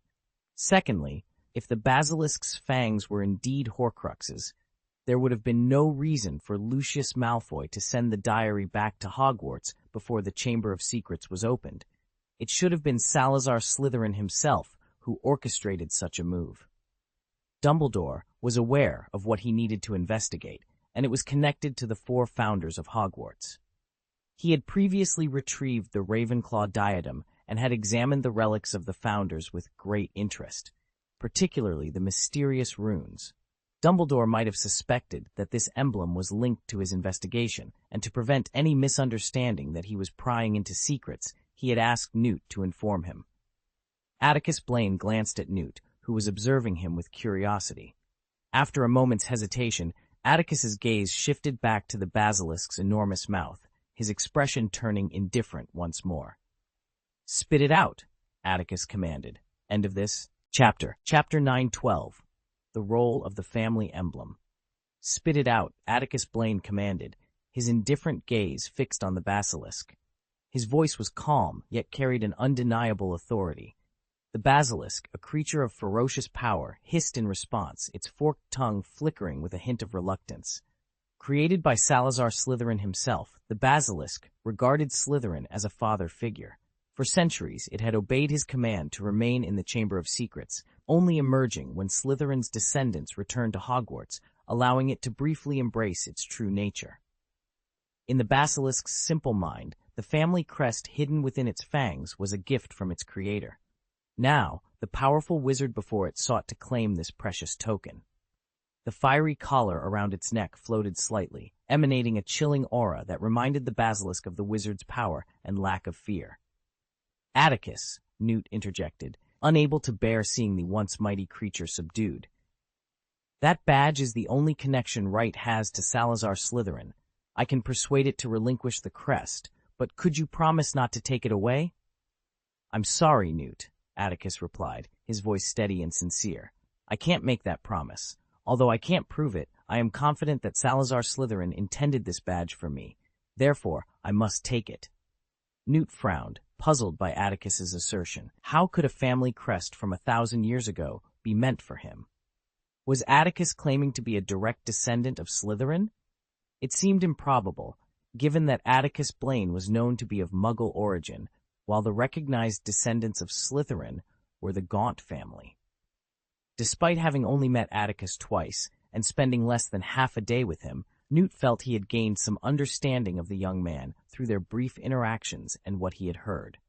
Gazing into Atticus's calm lavender eyes, Newt realized he could not sway him. With a heavy sigh, he abandoned his attempt to persuade Atticus and fell silent.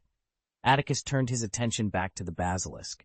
"Spit out the badge," he repeated, his tone leaving no room for defiance. "Don't make me say it a third time." Faced with no real choice, the basilisk trembled, its massive body quivering as it lowered its abdomen to the ground. Slowly, it began to regurgitate the badge it had swallowed, pushing it toward its mouth. With a wet, sloshing sound, the badge, coated in light green gastric juices, yet still gleaming with a metallic sheen, emerged from the basilisk's mouth. Atticus blinked, and the badge hovered in front of him. With a flick of his fingers, a gentle breeze swept over it, cleaning the palm-sized inch-thick metal emblem until it shone like new. As Newt had mentioned, the badge was crafted from mithril, a rare and precious, magical metal seldom used in today's world, except for the most sophisticated and costly alchemical tools. The Slytherin family emblem was intricately detailed in gold, with a vivid S at its center, adorned with pure emeralds.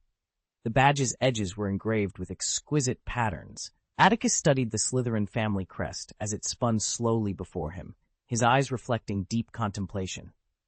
Unlike the locket, the badge bore clear traces of magic, though Atticus could not yet discern the exact nature of the enchantments it held. One thing was certain: this emblem belonged to Slytherin. Unlike the sword, crown, golden cup, locket, or the resurrection stone ring, which could be traced in various documents, this emblem held a deeper significance for Slytherin. Atticus Blaine hesitated for a moment, glancing at the basilisk, which appeared somewhat subdued. Instead of loosening the fiery ring around its neck, he tightened it further. Before Newt could shout nervously, Atticus extended his hand. With a soft pat, the cold, heavy clan emblem fell into his palm. There was no brilliance, no flickering light or shadow. Everything in the cellar remained as it was, save for Newt's serious voice urging restraint. Atticus frowned quietly. He stared at the emblem. Of the 4 great founders of Hogwarts, he had seen Gryffindor, Ravenclaw, and Hufflepuff with his own eyes. He had even engaged in a brief skirmish with Gryffindor across time and space. The only founder he had yet to meet was Salazar Slytherin. Atticus had always looked forward to this encounter, having graduated from Slytherin's house. Yet, perhaps due to Slytherin's disdain for Muggleborns, the founder had never appeared before him. His closest encounter with Slytherin was the statue in front of the Chamber of Secrets, the door Gryffindor referred to as the one hiding all secrets.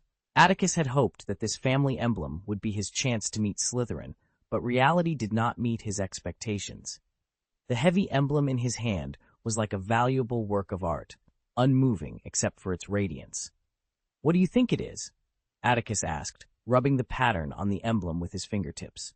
He had examined it for several minutes, but found no clues. Unconsciously, he turned to Newt for insight. Newt understood that Atticus had tightened the ring of fire to prevent any trouble from the basilisk while he studied the Slytherin crest. With a slight sigh, Newt stood quietly beside Atticus, watching him examine Slytherin's legacy. When Atticus posed his question, Newt tilted his head thoughtfully. He had studied the emblem briefly when he first acquired it, but had gleaned little information. "Unfortunately, Atticus, I'm not a historian or an emblemologist. I did review some records about Salazar Slytherin, but I found no information about this emblem. Any record from thousands of years ago is scarce. I can only surmise that it was likely crafted by goblins." "Probably from goblins," Atticus repeated softly. It wasn't difficult to deduce. Goblin creations have a distinctive style, and the fine, intricate lines on the emblem's border were evidence of their craftsmanship. This wasn't unusual. The founders' artifacts were all made by goblins, though some were later imbued with magical powers by wizards. Atticus turned the thick emblem over, examining the broad pattern. During his investigation into Hermione's attack, he had learned from a goblin named Unge at Gringotts in Paris that these patterns were not mere decorations, but ancient goblin script. As he turned the emblem over in his hands, a vague hypothesis began to form in his mind. "I need to take this emblem with me," Atticus said after a deep breath, looking at Newt. "I think I know what it does, but I need to confirm it." Newt nodded, hesitating as he glanced at the basilisk lying on the ground. "If one day this Slytherin emblem no longer... Does it work for you to return it to right, Atticus?" End of this chapter. Chapter 913, Invitation. Upon hearing Newt's inquiry, the basilisk, intimidated by the fiery collar, twisted its massive, menacing tongue. Guided by scent, it turned towards Atticus Blaine, blinking its blinded eye. The emblem of the Slytherin family had lost its power, and Newt's request to return it to the basilisk surprised Atticus. He couldn't help but admire Newt's approach. Newt's reputation as a world-renowned master of magical creatures was well-deserved, largely because he treated these creatures as equals, capable of communication. In this regard, even Hagrid fell short compared to Newt. Atticus's gaze settled on the basilisk as he pondered. With a wave of his hand, he dispelled the ring of fire and nodded. "All right, I promise you, if this Slytherin family emblem is no longer of use to me, I will return it to you." The basilisk, pleased by this promise, bowed its head gratefully. Atticus tucked the family emblem into the space bag at his side and surveyed the disordered cellar. He pursed his lips, his mind racing with thoughts. He chose not to restore the place to its original state, leaving that task to Newt.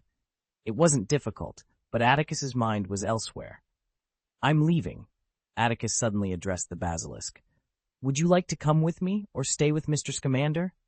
The basilisk was taken aback by the offer, its initial surprise giving way to hesitation. Though Atticus was not a descendant of Salazar, he was undeniably a powerful wizard. The basilisk had been dormant in the castle for millennia, encountering few with magical prowess to rival its own, even during the era of the Four Founders. But then, as if recalling something dreadful, the basilisk's massive body trembled, and it quickly shook its head. It feared the wizard might become enraged and retaliate with fire. The basilisk retreated behind Newt, lowering its head. Newt couldn't help but laugh at its reaction. "Well, since you wish to stay with Newt, I won't force you," Atticus sighed, a hint of disappointment in his voice. Despite the basilisk's blindness and the loss of its greatest weapon, its accumulated magic made it more formidable than a fire dragon. Its scales, with their high magic resistance, rendered it nearly impervious to ordinary spells, making it an excellent ally. Atticus had considered acquiring a magical creature to match the likes of Voldemort's Nagini or Dumbledore's Fox. However, he realized that if he were to command the basilisk, its loyalty in a confrontation with Voldemort would be uncertain. As Newt and Atticus emerged from the cellar, the night sky was a tapestry of stars, a silver ribbon of light stretching across the heavens. The adjacent rainforest was experiencing artificial rainfall, with the sounds of thunder echoing across the land.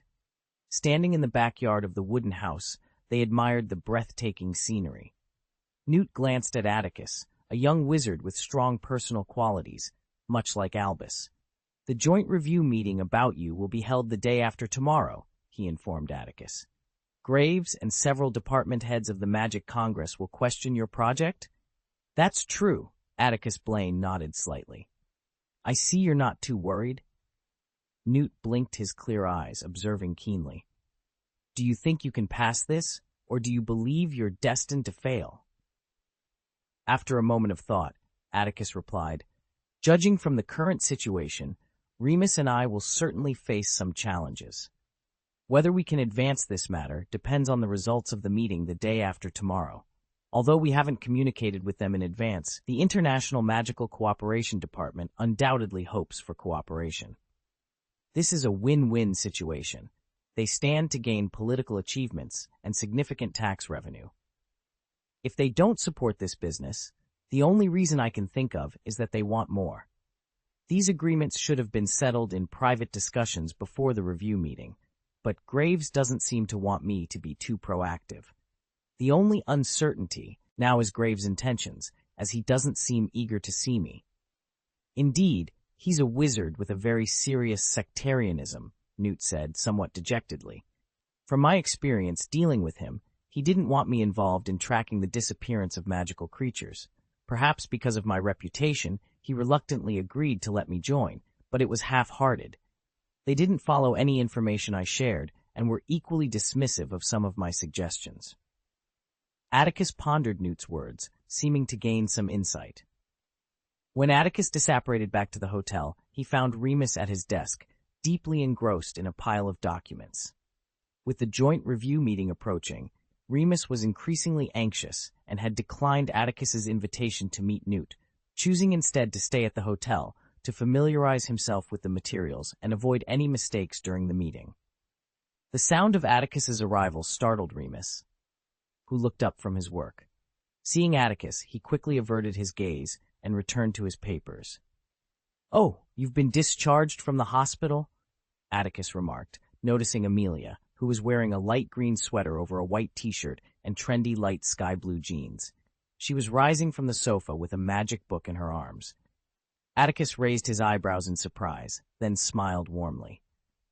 "Why didn't you stay in the hospital a few more days to recuperate? Why are you so eager to come back and keep an eye on me? I promised I'd behave, didn't I?" Amelia, familiar with Atticus's penchant for light-hearted jokes, simply smiled. "My therapist believes I've made a full recovery, and I've consulted Mr. Graves, who has given me permission to return to work." "Is that so?" Atticus smiled incredulously. He walked to the wine rack, opened a bottle of sherry, and poured a glass. As he was about to hand it to Amelia, he remembered her recent recovery and drank it himself. "So, where are your parents? Have they gone home? I suppose they don't want to try using the flu network again, right?" "Actually, they did return home through the flu network in San Josiah this afternoon. They were eager to get back and make preparations," Amelia replied. Atticus listened intently but noticed her hesitance to continue, sparking his curiosity. "What's going on? What are they preparing for?" he asked, intrigued. "Are you planning a trip?" Atticus Blaine inquired, his voice tinged with curiosity. "Oh, no." Amelia's fair and delicate cheeks flushed a rosy hue. She averted her gaze from Atticus, momentarily lost for words. Truth be told, Amelia felt a mix of happiness and embarrassment about her parents' request. She genuinely wanted to spend more time with the world-renowned magician and engage in meaningful conversation. However, she feared Atticus might misinterpret the invitation, as her parents, who had only met him once, had extended an invitation for him to join them for dinner. It was admittedly a rather unusual gesture. "Is something the matter?" Atticus set down his wine glass, his eyes filled with concern as he observed Amelia under the gentle glow of the chandelier. "Actually, here's the situation." Amelia took a deep breath, steeling herself against her nerves. "Yes, my parents would like to invite you to their home for dinner, Mr. Blaine." End of this chapter. Chapter 914, The Art of Negotiation. Woolworth Building, Makusa. As dusk transitioned into night, another ordinary yet bustling workday drew to a close. A throng of weary congressional officials queued in front of the fireplace in the hall, indifferent to the fervent broadcast blaring from the radio above. Chairman Quahog was passionately addressing the magical community, though his words fell on deaf ears. For Atticus Blaine, leaving work on time was merely a concept. Much like his grandfather, Percival Graves, who once served as the chief officer of the Department of Magical Law Enforcement and the director of magical security in the Magical Congress, Blaine's work and life were inextricably linked. After fielding questions from reporters at the New York Ghost about the Department of Security's failure to apprehend the 3 individuals involved in the disappearance of high-risk magical creatures and the recent poison leopard trade within 72 hours, Blaine exited the conference room. At his suggestion, the subordinates waiting outside entered to continue the mundane exchange of money and power. The sun had long been obscured by the towering structures erected by the nomads. In the dim sky, a partial quarter moon peeked through the clouds.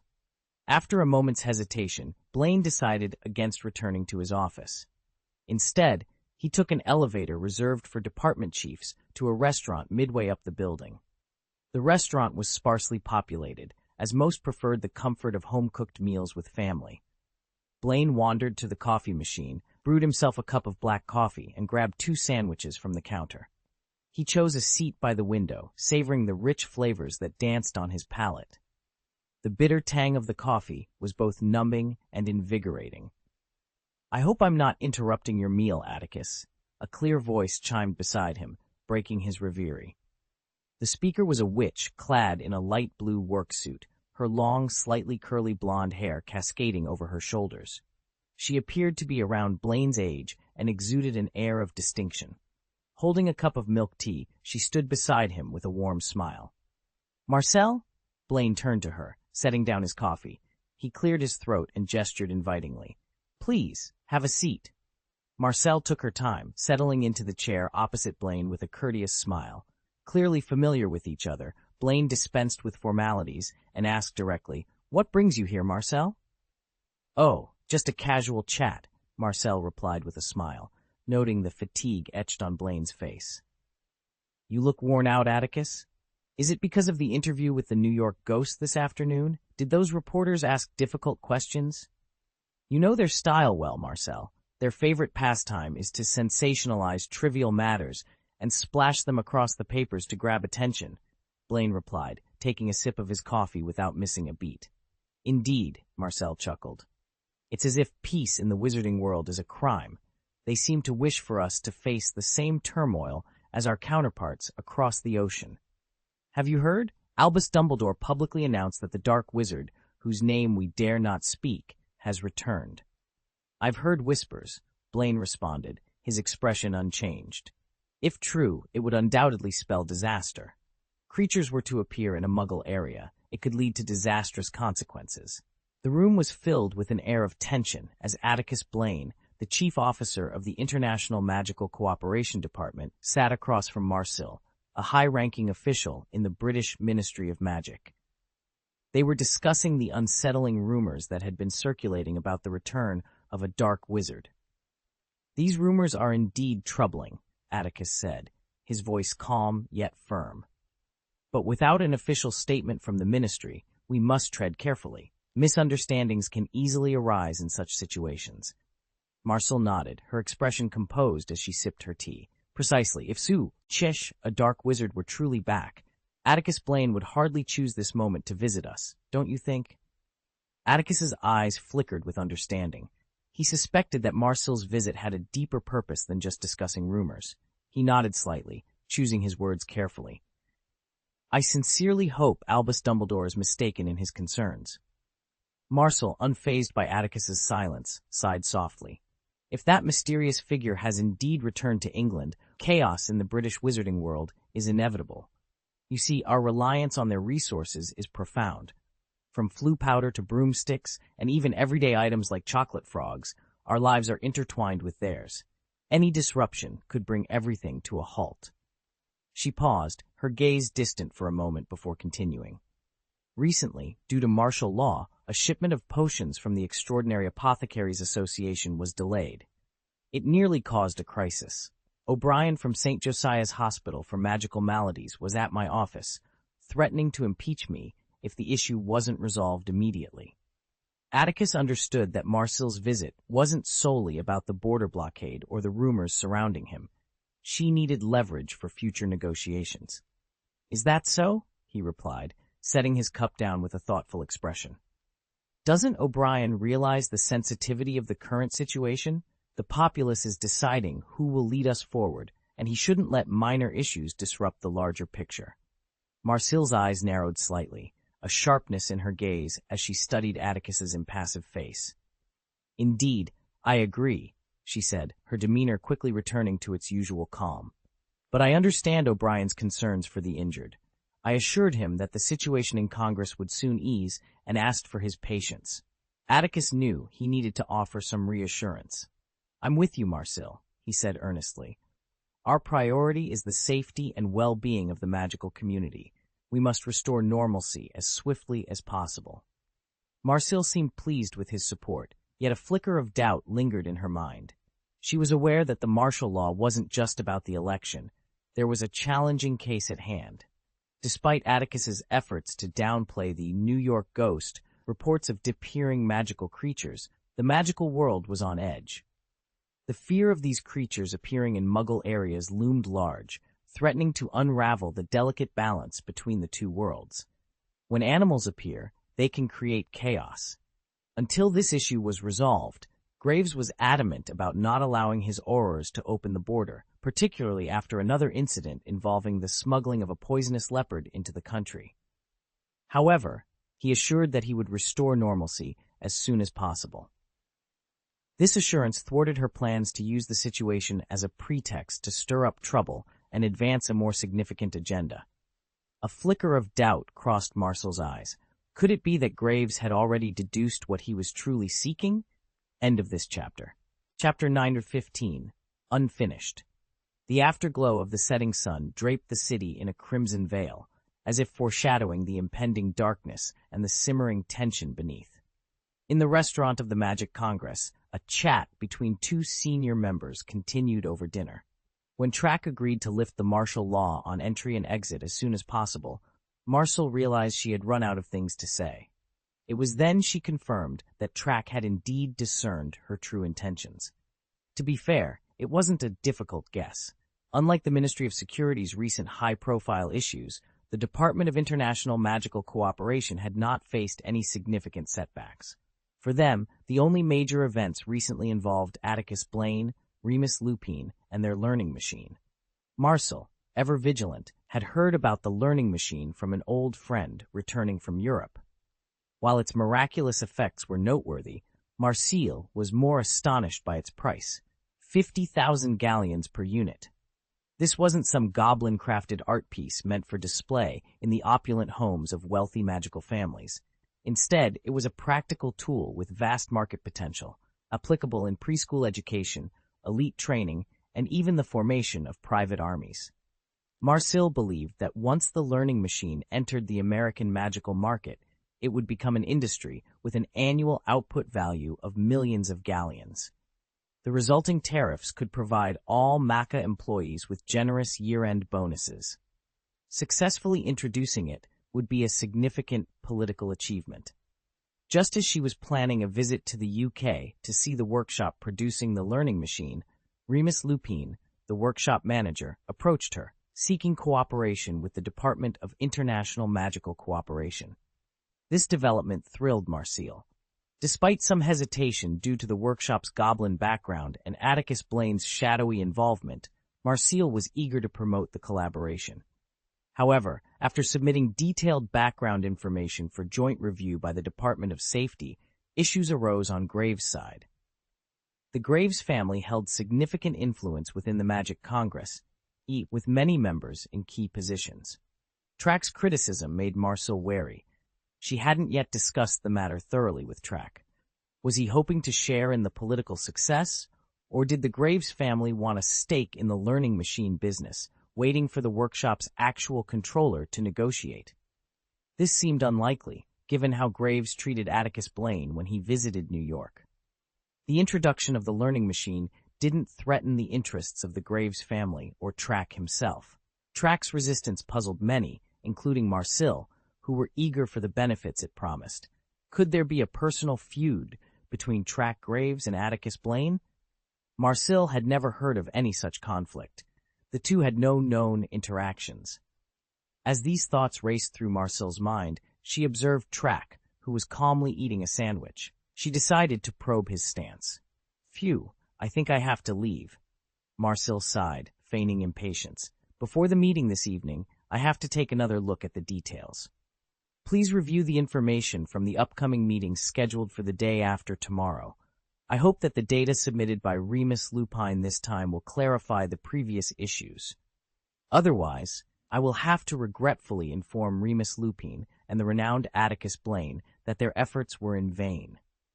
Graves felt a chill run through him as he calmly replied, "This is indeed a matter that requires careful consideration. After all, their products are intended for our people. While Atticus Blaine is undoubtedly a powerful wizard, he does not have the same reputation in alchemy as Albus Dumbledore, and Remus Lupin is merely a werewolf who has been wandering the British wizarding world for many years." "You're right, Track," Marcel responded, surprised by Graves' change in demeanor. "Such a partnership is indeed concerning. If Albus Dumbledore were overseeing the development of this alchemical equipment, it would be more reassuring. After all, as the president of the International Federation of Wizards and someone with profound knowledge in alchemy like Nicholas Flamel, Dumbledore's involvement would be comforting. Graves understood that Marcille was hinting at something. Atticus Blaine had agreed to be a professor at Hogwarts, and the development of this magical alchemical device would have been impossible without Albus Dumbledore's assistance. Dumbledore's moral character was unquestionably trustworthy. He would never endorse something harmful to the public. Marcille's point was also a test. If Blaine were to present at the review meeting, how would he respond? Marcille would decide whether to advise Atticus on defending his product before the meeting based on Graves's stance. This was a difficult argument to counter, so Graves simply nodded in agreement, which was enough to satisfy Marcille. She had found a way to make Track speechless. Still, it's hard for me to believe, Marcille continued, her smile fading as she shook her head slightly, a hint of surprise in her voice. It's still hard for me to believe that an alchemical device capable of interfering with a wizard's mind is entirely harmless. Even if we eventually approve it, this special device should be regularly inspected, like our wands, to prevent any issues. What do you think, Track? Graves fell silent once more. Inspections implied supervision, supervision implied authority, and authority could lead to benefits. Marcille was testing whether he had any ulterior motives regarding the business's interests. She also wanted to see if he intended to give the business a chance or if he had already decided to dismiss it. In truth, this situation left Graves feeling conflicted. It was well known that his primary concern was not the learning machine itself. The Graves family lacked neither wealth nor power. What truly concerned him was Atticus Blaine. If Blaine continued to visit New York repeatedly because of the learning machine business, it would be problematic for him. However, keeping Atticus Blaine out of the American wizarding community was beyond his capabilities. Track could imagine that if he interfered with Blaine's business again, Blaine would likely approach Chairman Quahog directly next time. Given Blaine's status, this would be a significant challenge, but Graves' silence conveyed a different message to Marcille. She believed that Graves was still adamant about his stance and did not want the learning machine to enter the American market. Anger flashed in her eyes, and just as she was about to speak, "Pat!" The half-eaten sandwich in Graves' hand suddenly slipped and hit the tray. At the same time, his complexion turned pale and veins bulged on his forehead. Sweat glistened on Atticus Blaine's forehead, and his slightly reddened eyes were bloodshot. His previously relaxed demeanor suddenly turned tense. "What's going on, Track?" Marcille asked, swallowing the words she had been about to say. Her expression was one of suspicion. "You seem uncomfortable," she added, wondering if Track was feigning distress to avoid the current topic. "I'm sorry, Marcille," Track Graves replied, his voice suddenly hoarse. He pressed his thick knuckles against the table to support himself as he stood. He seemed to hold his breath as he spoke. "I am willing to fully exchange opinions with you about the learning machine, but I just remembered something urgent. It's a matter of great importance, and I must attend to it immediately. Once I've resolved this issue, I promise to return and apologize." "Oh, that's not necessary, but—" Marcille began, frowning. However, Graves didn't hear her out. Instead, he roughly pushed his plate aside, neglecting to even wipe the corners of his mouth. He cast a deep, meaningful look at Marcille before leaving the table and hurrying to the elevator hall. End of this chapter. Chapter 916. Escape. As if struck by the most powerful Cruciatus curse, an unending wave of pain crashed over Atticus Blaine's soul every second. Even with his formidable mental resilience, the agony was so intense that he wanted to scream and writhe on the ground. By the time he reached the elevator to the security department's floor, his complexion had transformed from pale to a deep blood-red hue. It was as if countless bloodworms, resembling earthworms, writhed beneath his skin, devouring his flesh and blood. The once tall and robust Atticus appeared withered and frail. Most Aurors in the security department were out in the field, leaving few behind to handle paperwork. It was the end of the workday, and the office was deserted. This fortunate timing allowed Atticus to keep his secret safe. He sprinted towards his office, his speed fueled by desperation. A flash of green light in the fireplace signaled his departure from the Woolworth building, transporting him to his hidden safe house. Boom! A brilliant red light exploded, shattering the niche that held his alchemical instruments. Magic books and potions were scattered across the room. Atticus let out a low growl, reminiscent of a ravenous wolf. He lunged for the potion that could suppress his torment, as if he had been parched for days. His rationality teetered on the brink of collapse, and he couldn't even manage to pull the cork from the bottle. Instead, his teeth, now inexplicably sharp, bit down hard on the glass. Click! The bottle shattered, and a stream of gray-white blood trickled from his mouth. Ignoring the minor pain, Atticus roared and swallowed the potion, heedless of the glass shards he ingested. Boom! After a few breaths, Atticus collapsed onto the wooden floor, dimly lit by candlelight. The pain lingered longer than usual, and even after consuming the potion, the curse's agony persisted. However, his withered body began to recover, and his complexion regained a healthier hue. A trickle of blood still seeped from his mouth and nose, staining his already disheveled white shirt red. His once neatly styled gray hair was now tousled, darkened by the blood on the floor. After about 10 minutes, his twitching body finally stilled, but Atticus remained on the cold floor, staring resentfully at a large shard of broken glass before him. The glass reflected the chaos on his face, marking changes that were now permanent. The dark red beneath his eyes had deepened, his hair had grayed further in just half an hour, and the wrinkles at the corners of his eyes had deepened. Although his blood-stained teeth had returned to a semblance of their original shape, they were noticeably sharper than those of an average person. "I have no time," he whispered dejectedly in the silent study, where even a pin drop could be heard. "I can't eliminate all threats. I can only do this."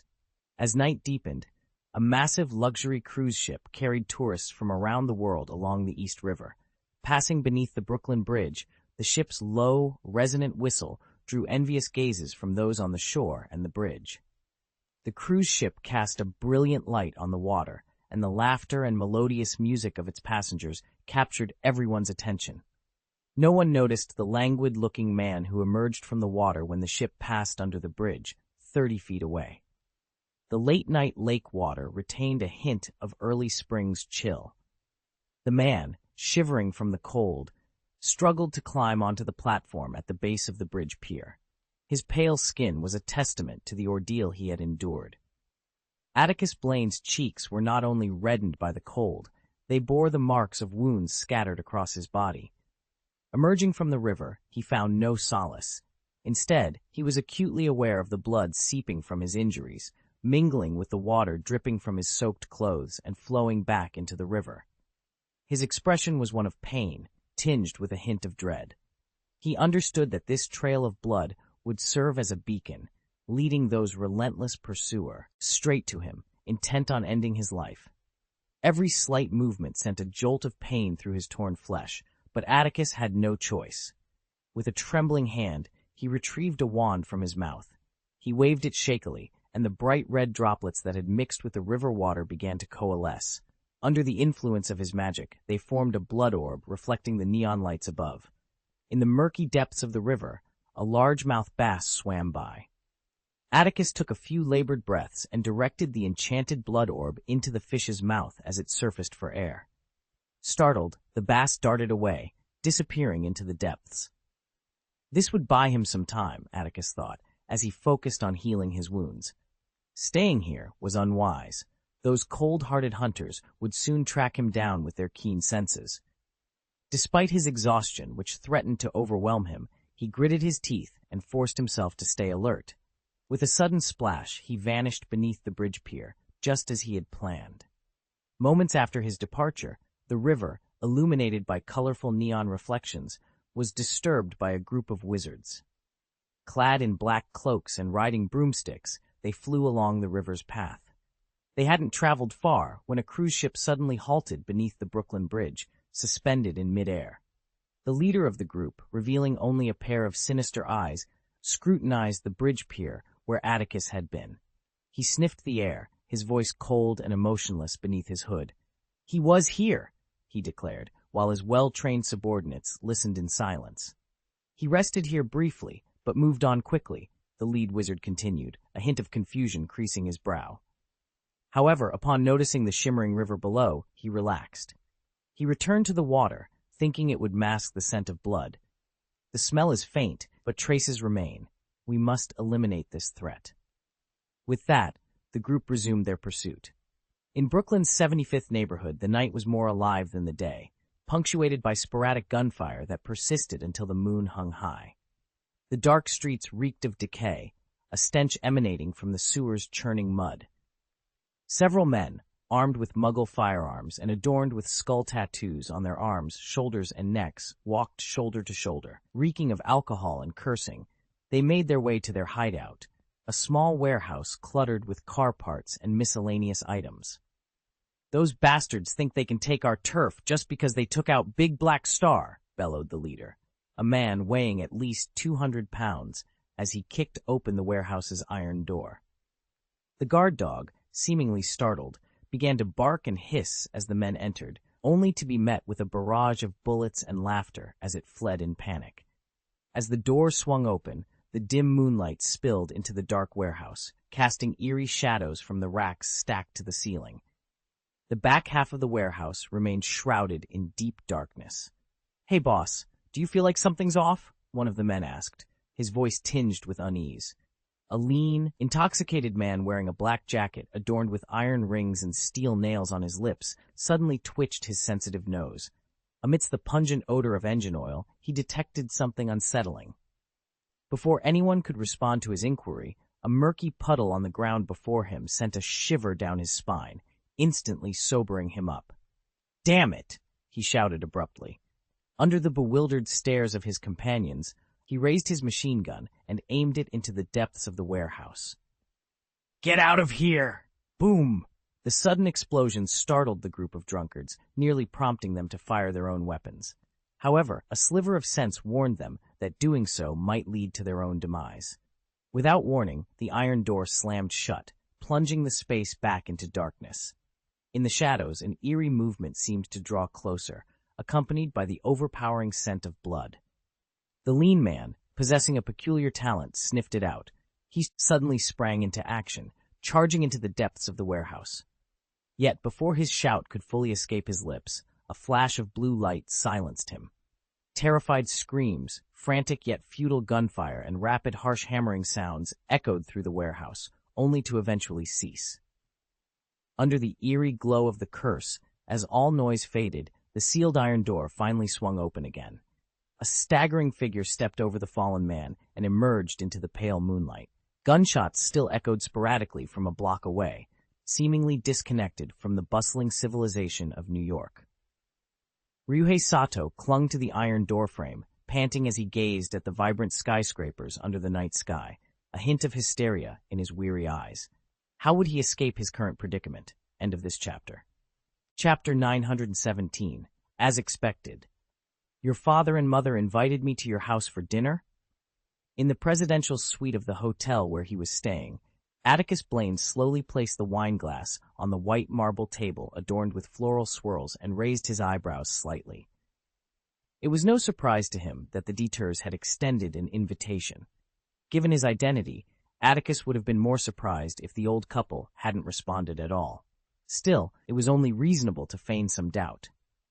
"Oh, of course." Amelia's cheeks flushed with the unexpectedness of the situation, and she struggled to maintain her usual stoic expression. She quickly glanced at Remus, who was observing the exchange. "And Remus," she added, looking at him with a hint of irritation, "my father really enjoyed the stories you shared about the British wizarding world, so he invited you too." "Oh, thanks." Remus, momentarily taken aback, gathered his thoughts.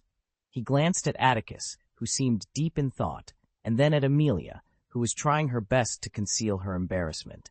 If Remus couldn't discern which of them the Detours truly intended to invite and which was merely a formality, he would consider his 30-odd years of life wasted. "Thank you for the kind invitation," Remus said, standing up out of respect. He expressed his gratitude once more, but added apologetically, "I'm sorry, Amelia, but I can't attend." He gestured to the documents on the table. As the manager of the workshop, I have to explain our products and production model in detail at the joint review meeting. There's so much information I need to compile. Even after the meeting, I might need to prepare additional materials or return to the UK to adjust production. I simply don't have the time. Remus made it sound as if the Detours had invited him on a world tour rather than just a dinner. Amelia's face reddened further, realizing that Remus was clearly trying to avoid intruding and had concocted an excuse to decline. A small sense of frustration bubbled within her. The chance to interact closely with a great magician like Atticus Blaine, renowned for his magical prowess, was already a privilege. Becoming friends or having a more intimate relationship with him was not something she had considered. Her parents' invitation would not only put Mr. Blaine in an awkward position, but also make her uncomfortable, yet she couldn't refuse. Her serious father and loving mother had never asked her to do anything so earnestly before. Atticus, meanwhile, was lost in thought and had yet to respond. It was just a dinner, not a significant commitment, but he was wary of how the Detours might handle the situation if everything was laid bare. He had no intention of complicating matters, especially at such a sensitive time. If Voldemort discovered he had new vulnerabilities, it would undoubtedly provoke a reaction. Knock, knock, knock. The sudden knock on the door broke the tension between Atticus and Amelia. Through the mahogany door, Atticus saw the visitor clearly. "I'm very sorry to disturb your rest. May I ask, are you Mr. Atticus Blaine?" The hotel's muggle waiter, dressed in a tuxedo, leaned forward, peering into the room without overstepping his bounds, and asked politely, "It's me?" Atticus replied. The waiter, satisfied with the confirmation, reached into his pocket. Atticus Blaine received a letter handed to him by a hotel staff member. "A gentleman just came to the front desk and left this for you, Mr. Blaine," the waiter explained. "He mentioned that the contents would interest you." Atticus glanced at the letter briefly before asking, "Did he leave his name?" "No, he didn't," the waiter replied, bowing slightly. "He only instructed us to tell you that the letter contains something of interest." Atticus nodded, thanked the waiter, and closed the door behind him. "What happened?" Remus asked, rising from his seat and approaching Atticus. He had overheard the exchange and found it peculiar. Typically, wizards used owls for correspondence, yet this letter was delivered by a muggle without a name. The situation seemed suspicious. Remus examined the letter in Atticus's hand. It bore no sender information and lacked a stamp, as muggle letters usually did. "Be careful, Atticus," Remus cautioned. "This could be a trap." Atticus nodded but remained silent, turning the envelope over in his hands before deciding to open it. "Do you want me to open it for you, Atticus?" Amelia asked, approaching quickly. She had set aside her invitation for Atticus to dine at her home, concerned for his safety. "Since the ministry confiscated your wand, they should ensure your safety. Remus might be right, there could be a trap." Remus was surprised by Amelia's concern. Though she wasn't part of their group, her responsible nature was commendable. "Thank you, Amelia," Atticus replied with a gentle smile. "But I can tell if something is cursed or dark magic without my wand." He extracted a piece of white paper from the envelope and waved it in front of the cautious pair. "It's just a letter," he assured them. Amelia sighed in relief, but Remus remained wary. The letter was written on muggle stationery, unusual for wizards who typically used parchment. It suggested a muggle had written to Atticus. But who could it be? And how did they know his location in New York? Remus looked to Atticus for clarification. As Atticus read the letter, his expression shifted, lines of concentration forming on his brow. A commanding presence emanated from him, silencing Amelia and Remus. Then, unexpectedly, Atticus smiled, his earlier seriousness dissipating. He handed the letter to Remus, who read it and was equally taken aback. Amelia peeked at the letter over Remus's shoulder and gasped. "Clues about criminals poaching 5X level magical creatures? But why contact you? Shouldn't this go to the Department of Security?" "Or to Mr. Newt Scamander," Remus mused, his mind racing. He looked at Atticus, eyebrows raised, seeking answers. The New York ghost has publicly... Atticus Blaine contemplated his purpose for coming to New York. "If anyone has any clues," he mused, "perhaps the person who wrote me this letter is facing some kind of difficulty and finds it inconvenient to appear before the Department of Security. Newt is currently at the Magical Creatures Nature Reserve, where a large number of matcha thugs are also stationed. After a moment of reflection, Atticus spoke again. I glanced at the location mentioned in the letter, a Muggle cafe. The meeting was scheduled for 2 days later, at 8 o'clock in the evening, following the joint review meeting. The sender of the letter not only knew where Atticus lived, but also his itinerary. However, obtaining such information wasn't particularly challenging. Observing Amelia, who seemed hesitant to speak, Remus realized that this young woman, less experienced than Tonks and not yet a trainee Auror, likely wanted to report the matter to the security department. It was a dangerous move. While it was typically her duty, Atticus clearly had his own plans. "You want to meet this person?" Remus inquired, though his tone suggested he already knew the answer. Atticus smiled and replied, "How should I put it? When I first landed in New York and read the newspaper report about the poaching of magical creatures, I had a feeling that this situation would eventually involve me." Chapter 918. The review meeting begins. Since Atticus Blaine was willing to accept an invitation due to a very suspicious letter, there was no reason for him to decline the dinner invitation sent by Amelia's parents. However, the timing could only be agreed upon after the date specified in the letter. Regardless, 1 week after Atticus and Remus landed in New York, they finally entered the gates of Makusa officially. As Amelia led them through the entrance, shared by both Muggles and Wizards, the scene in the Congress Hall momentarily stunned the two travelers. In the center of the spacious hall stood about 30 or 40 wizards, all dressed in formal attire and waiting with solemn expressions. Judging by the awe on Amelia's face, it was clear that these wizards were not ordinary individuals. A red carpet stretched from the door to the feet of the greeters, while curious wizards and reporters, cameras at the ready, were kept at bay by security tapes and aurors under strict orders.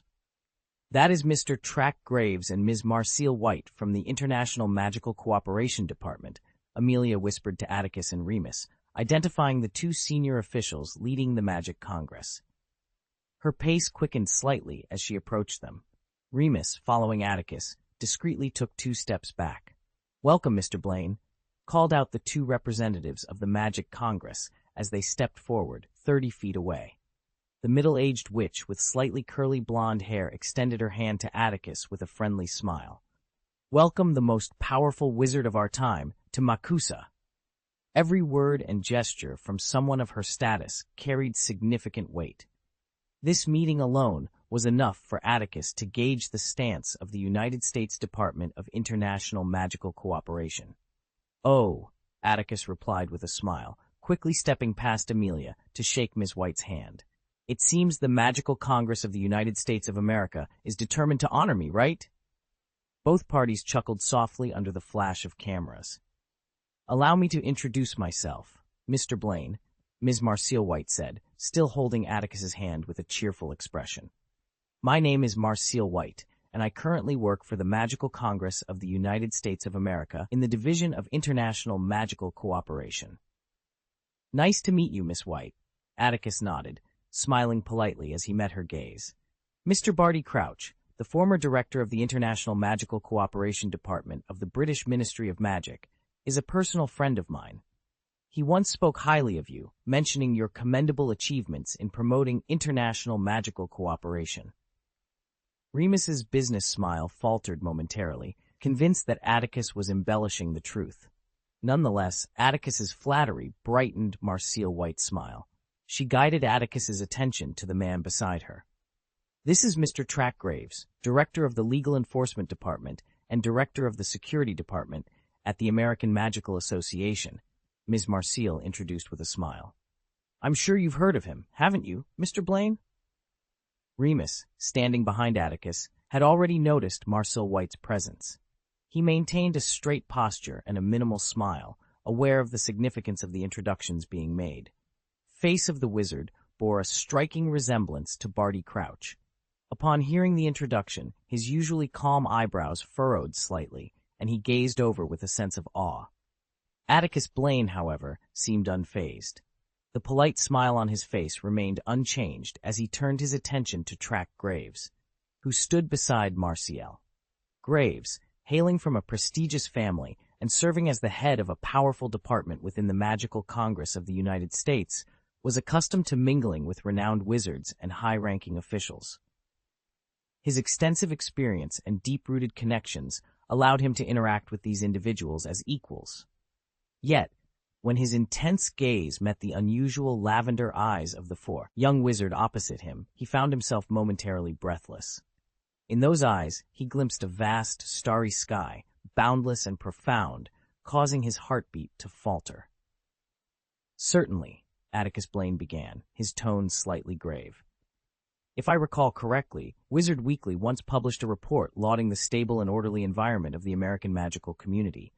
The article highlighted that, given the large number of wizards in America, maintaining such order is a testament to MACUSA's law enforcement department's professionalism and impartiality. I believe this is largely due to Mr. Graves's diligent oversight." As Miss White mentioned, Graves thought to himself, realizing that his previous concerns about Atticus Blaine were justified. This wizard, who had risen to fame in recent years, indeed warranted his utmost caution. A pang of regret surfaced within him, and he pursed his lips slightly. He should not have risked appearing before Atticus Blaine. In hindsight, he should have prevented Blaine from coming to New York altogether, using any excuse or exerting any influence necessary. But now it was too late. With everyone watching, retreat was not an option. Graves' cheeks tightened slightly, and his eyes flickered. "I am merely doing my best to maintain the stability of the American wizarding community.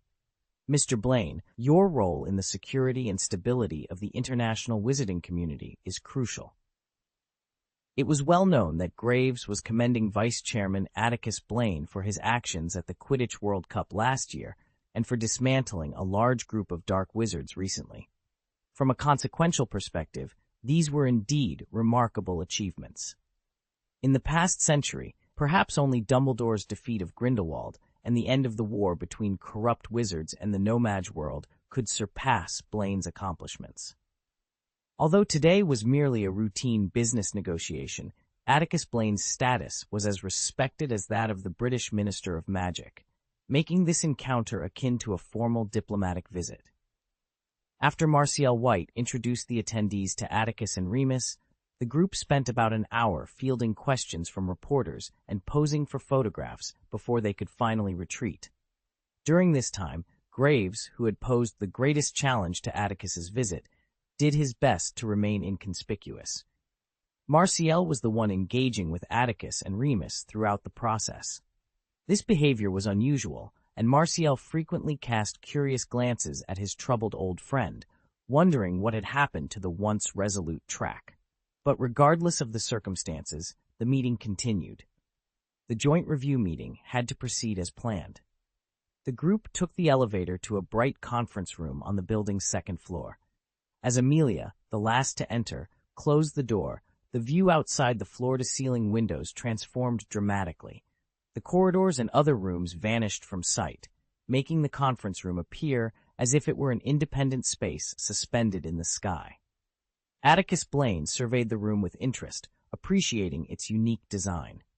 Meanwhile, Remus, visibly anxious, retrieved all the backup materials from his briefcase. Once Atticus had taken in the surroundings, he turned his attention to the host across the table, offering a slight smile. Ms. White, who was in the midst of negotiations with Graves, spoke in a calm voice. "Let us begin." End of this chapter. Chapter 9 or 19, Atticus's Counterattack. Remus had already submitted the relevant information and catalog to the Department of International Magical Cooperation for review. Now, Atticus Blaine and Remus needed to elaborate on the submitted information. The atmosphere in the conference room turned solemn after a few coughs from Miss White, and the warm smile on Marcel's face vanished as he looked at Atticus with a serious expression. Now, we will begin questioning the function and safety of the Morningstar Learning Machine product submitted by Atticus Blaine and Remus Lupin. "Please elaborate," Marcel stated. Atticus exchanged a knowing glance with Remus, who understood the cue. Clearing his throat, Remus began to introduce the product, his voice initially tight with tension. This matter had been ongoing for nearly half a year. According to the requirements of the relevant parties, Remus had submitted several versions of materials to Makusa for review. Everyone present in the conference room was familiar with the information, and they all knew the issue wasn't with the data itself. As Remus continued, his voice gradually became more confident. Meanwhile, Atticus, Marcel White, and Track Graves, who were the key decision-makers in this review meeting, remained silent. An hour later, Remus, now parched and weary, finally finished presenting the highlighted information and looked expectantly at the two senior officials of the Magic Congress. "Is there anything else you need to add?" asked in a serious tone. A small commotion stirred in the conference room. Atticus, who had been sitting like a smiling statue, finally stirred. He quickly assessed the expressionless faces of Marcel and Graves across the table. After a moment of contemplation, he decided to share his thoughts, inspired by Nut's unintentional words. Ahem, Atticus cleared his throat, drawing all eyes to him. He smiled calmly, his voice resonating throughout the room. Mr. Remus Lupin has just provided you with a brief overview of the product's functions and safety. I would like to add some considerations regarding the marketing model of this product from our workshop. Marketing model? Remus's eyes widened in surprise, as Atticus had not mentioned this before. Marcel's composed demeanor also showed a flicker of interest at Atticus's words. As someone responsible for international magic trade, she was particularly attuned to the term marketing. She glanced at Track beside her, noticing that his usually stern eyes were now as unsettled as a pool of stagnant water. I believe you are all aware that the learning machine, an alchemical tool of significant practical value, has initially opened sales channels in various European countries. In Europe, we employ a direct marketing model where the workshop conducts external sales promotions and interested customers place orders directly with the workshop, Atticus explained confidently. The original plan was to adopt the same sales model in the United States if we passed the Magic Congress's product review. However, after conducting on-site inspections, I believe this method is not suitable for the American wizarding community. Many in the room displayed surprised expressions, and even the light in Ms. Marcel's blue eyes, who was in charge of international magic trade, seemed to intensify. Could it be that, based on the resistance he had encountered, Atticus Blaine was planning to retreat? Marcel's breathing became softer, and a chill seemed to emanate from her, causing Graves to frown. He knew Marcel was determined to facilitate this trade, but he hadn't anticipated her reaction to this situation. Whether to continue, whether his products will be accepted. The responsibility and potential backlash would shift to the American wizarding community itself, particularly those powerful families who would now have a vested interest in the success of the learning machines. Atticus Blaine's strategy was both clever and calculated. By involving influential alchemy workshops and retailers, he was effectively creating allies who would advocate for his product, thus easing his entry into the market. This move would not only alleviate the financial burden on his workshop, but also ensure that any resistance from Makusa would be met with internal pressure from those who stood to profit. Graves, who had been listening intently, couldn't help but admire Atticus's shrewdness. It was a masterstroke of diplomacy and business acumen, turning potential adversaries into partners. The room's atmosphere shifted from one of tension to cautious optimism as the implications of Atticus's proposal began to sink in. "Mr. Blaine," Marcel finally spoke, her tone now more measured and thoughtful, "your proposal is intriguing. It seems you have given this considerable thought." Atticus nodded, maintaining his calm demeanor. "Indeed, Miss White, I believe this approach benefits all parties involved. It allows for a smoother integration of our products into the American market while respecting the economic structures already in place." The murmurs in the room grew more positive, and the initial resentment began to dissipate. Atticus had managed to turn a potentially contentious negotiation into a collaborative opportunity, demonstrating his ability to navigate complex political landscapes with finesse. As the meeting continued, it became clear that Atticus Blaine's proposal had not only addressed the immediate concerns, but had also laid the groundwork for a mutually beneficial relationship between his workshop and the American wizarding community. The path forward was now open, and with it, the promise of innovation and prosperity for all involved. The issue of machine security review loomed large, as those magical families, eager to claim a share of this trade, would soon cross the threshold of the Magic Congress. Marcel understood these greedy individuals well. In their quest for more gold coins, they would employ any means necessary to persuade the resistance forces within Congress. She was aware that certain magic families had long harbored ambitions to infiltrate the trade. Their restraint was not due to fear of the Magic Congress or the Graves family, but rather a fear of Atticus Blaine himself. However, now that Atticus Blaine had willingly stepped back, would they still have any reservations? Marcel pursed her lips, her heart pounding loudly without her realizing it.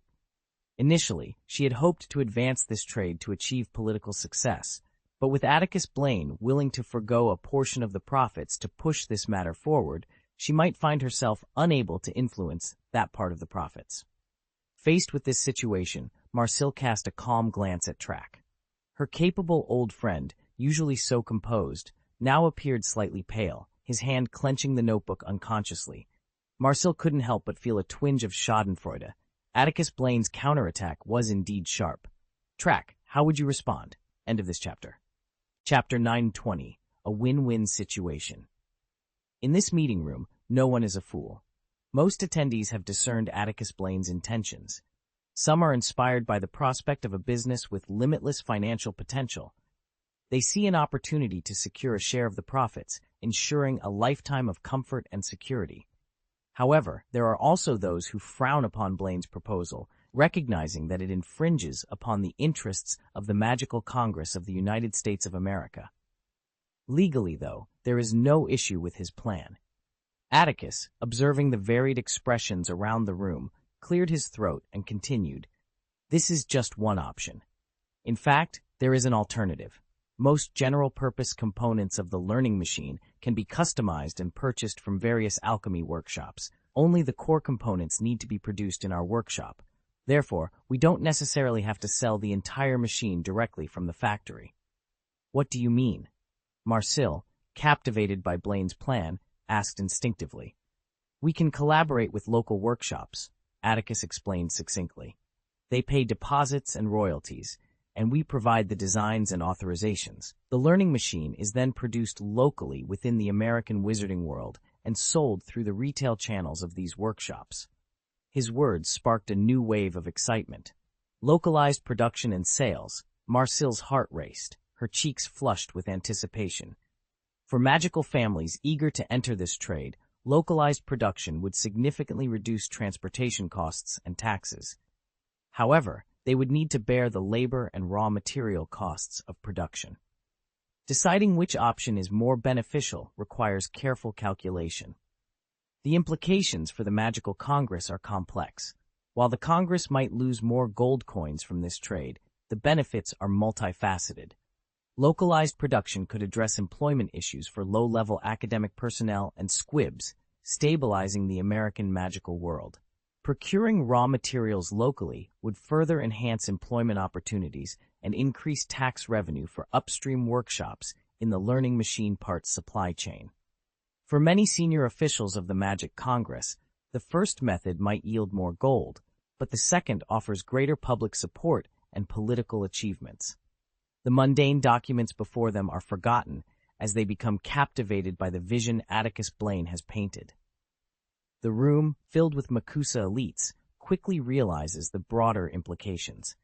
The factory direct sales model, prevalent in the magical world, is being challenged by Blaine's innovative marketing strategies, opening new possibilities across industries. "Oh, this!" Marcel's face brightened, her eyes alight with enthusiasm as she gazed at Atticus Blaine. "Mr. Blaine, the solutions you've proposed are truly groundbreaking." Atticus returned her smile with polite confidence. "The purpose of our workshop." "Miss White, this is about win-win cooperation. A win-win situation means that our workshop doesn't need to monopolize all the profits in the learning machine business. We aim for all our business partners to benefit from these transactions, allowing us to grow and progress together, ultimately promoting prosperity and stability in the international magical world." The marketing strategies proposed by Atticus Blaine were not groundbreaking. In the Muggle world, these strategies were already standard practice. However, in the magical society, where trade models still lean towards medieval practices, this approach was revolutionary. The potential benefits for all parties involved were immense. As Marcel, Graves, and the MACUSA officials had realized, Atticus Blaine's win-win marketing model was designed to align more influential forces within the American wizarding community with his vision. This ensured that everyone shared in the prosperity and the risks. Once the review was passed, it was no longer just a matter for Atticus and Remus, but for all parties involved in the soon-to-be-formed chain of interests. As the commotion subsided, the participants discreetly turned their attention to Track Graves, the director of the Legal Enforcement Department and Minister of Security, who sat opposite Atticus Blaine. It was clear to everyone that the reason for this review meeting, which now seemed crucial, was Graves himself. Graves breathed heavily, his dark red eyes betraying a deep sense of humiliation. Despite his genuine objections to the trade, he had been outmaneuvered by Atticus Blaine. Graves knew that if he dared to use his power to veto Atticus's application, his own standing within Congress would be severely compromised. Even his family might impeach him for such a stubborn decision. Amelia, standing by the door, cast a worried glance at Graves. She had pieced together Atticus's counter-strategy from the whispered discussions of her colleagues and her own insights. She could foresee that once this review, with its inevitable outcome, concluded, Track Graves's political standing would be in jeopardy. Meanwhile, Remus was still somewhat bewildered. He had anticipated a review meeting where he would first provide a comprehensive explanation of the learning machine, followed by MACUSA raising previously discussed issues. He expected a session of explanations, debates, and possibly heated arguments, ending with one side conceding. However, Atticus had once again taken an unexpected route. Observing the silent MACUSA officials, who seemed to have no further questions, Remus felt a sense of relief. He found it amusing that these congressmen, who were so easily swayed by interests, had been a source of concern for him. Graves was known for his rigid mindset, a fact that Newt had inadvertently pointed out to Atticus. This insight led Atticus to decide on reducing the profit margin of each learning machine to entice the United States with the promise of profit. After all, the Magic Congress had approved the Foreign Trade Review. Atticus believed that by involving more local American forces in the business, sales of the learning machines would soar, and any lost profits would eventually return. "Oh, and there's something I need to clarify in advance," Atticus said calmly, breaking the silence. "Whether you are directly distributing the learning machine, or if you choose to apply to us for local production, our workshop will have the authority to set the final retail price. The final authorization will be limited to a specific range," Marcel stated, frowning slightly before relaxing. This authority is crucial, and Atticus Blaine's refusal to relinquish it is a matter that needs resolution. For most people in the conference room, the review meeting had concluded, but for Atticus, there remained one significant task. Although the outcome of the review was predictable, and his primary objective in coming to New York had been largely achieved, Truck Graves required an explanation from Atticus. Conducting business and engaging in political struggles are two distinct endeavors. We cannot treat life and death as guiding principles. A win-win approach is the sustainable solution to ensure mutual interests. End of this chapter.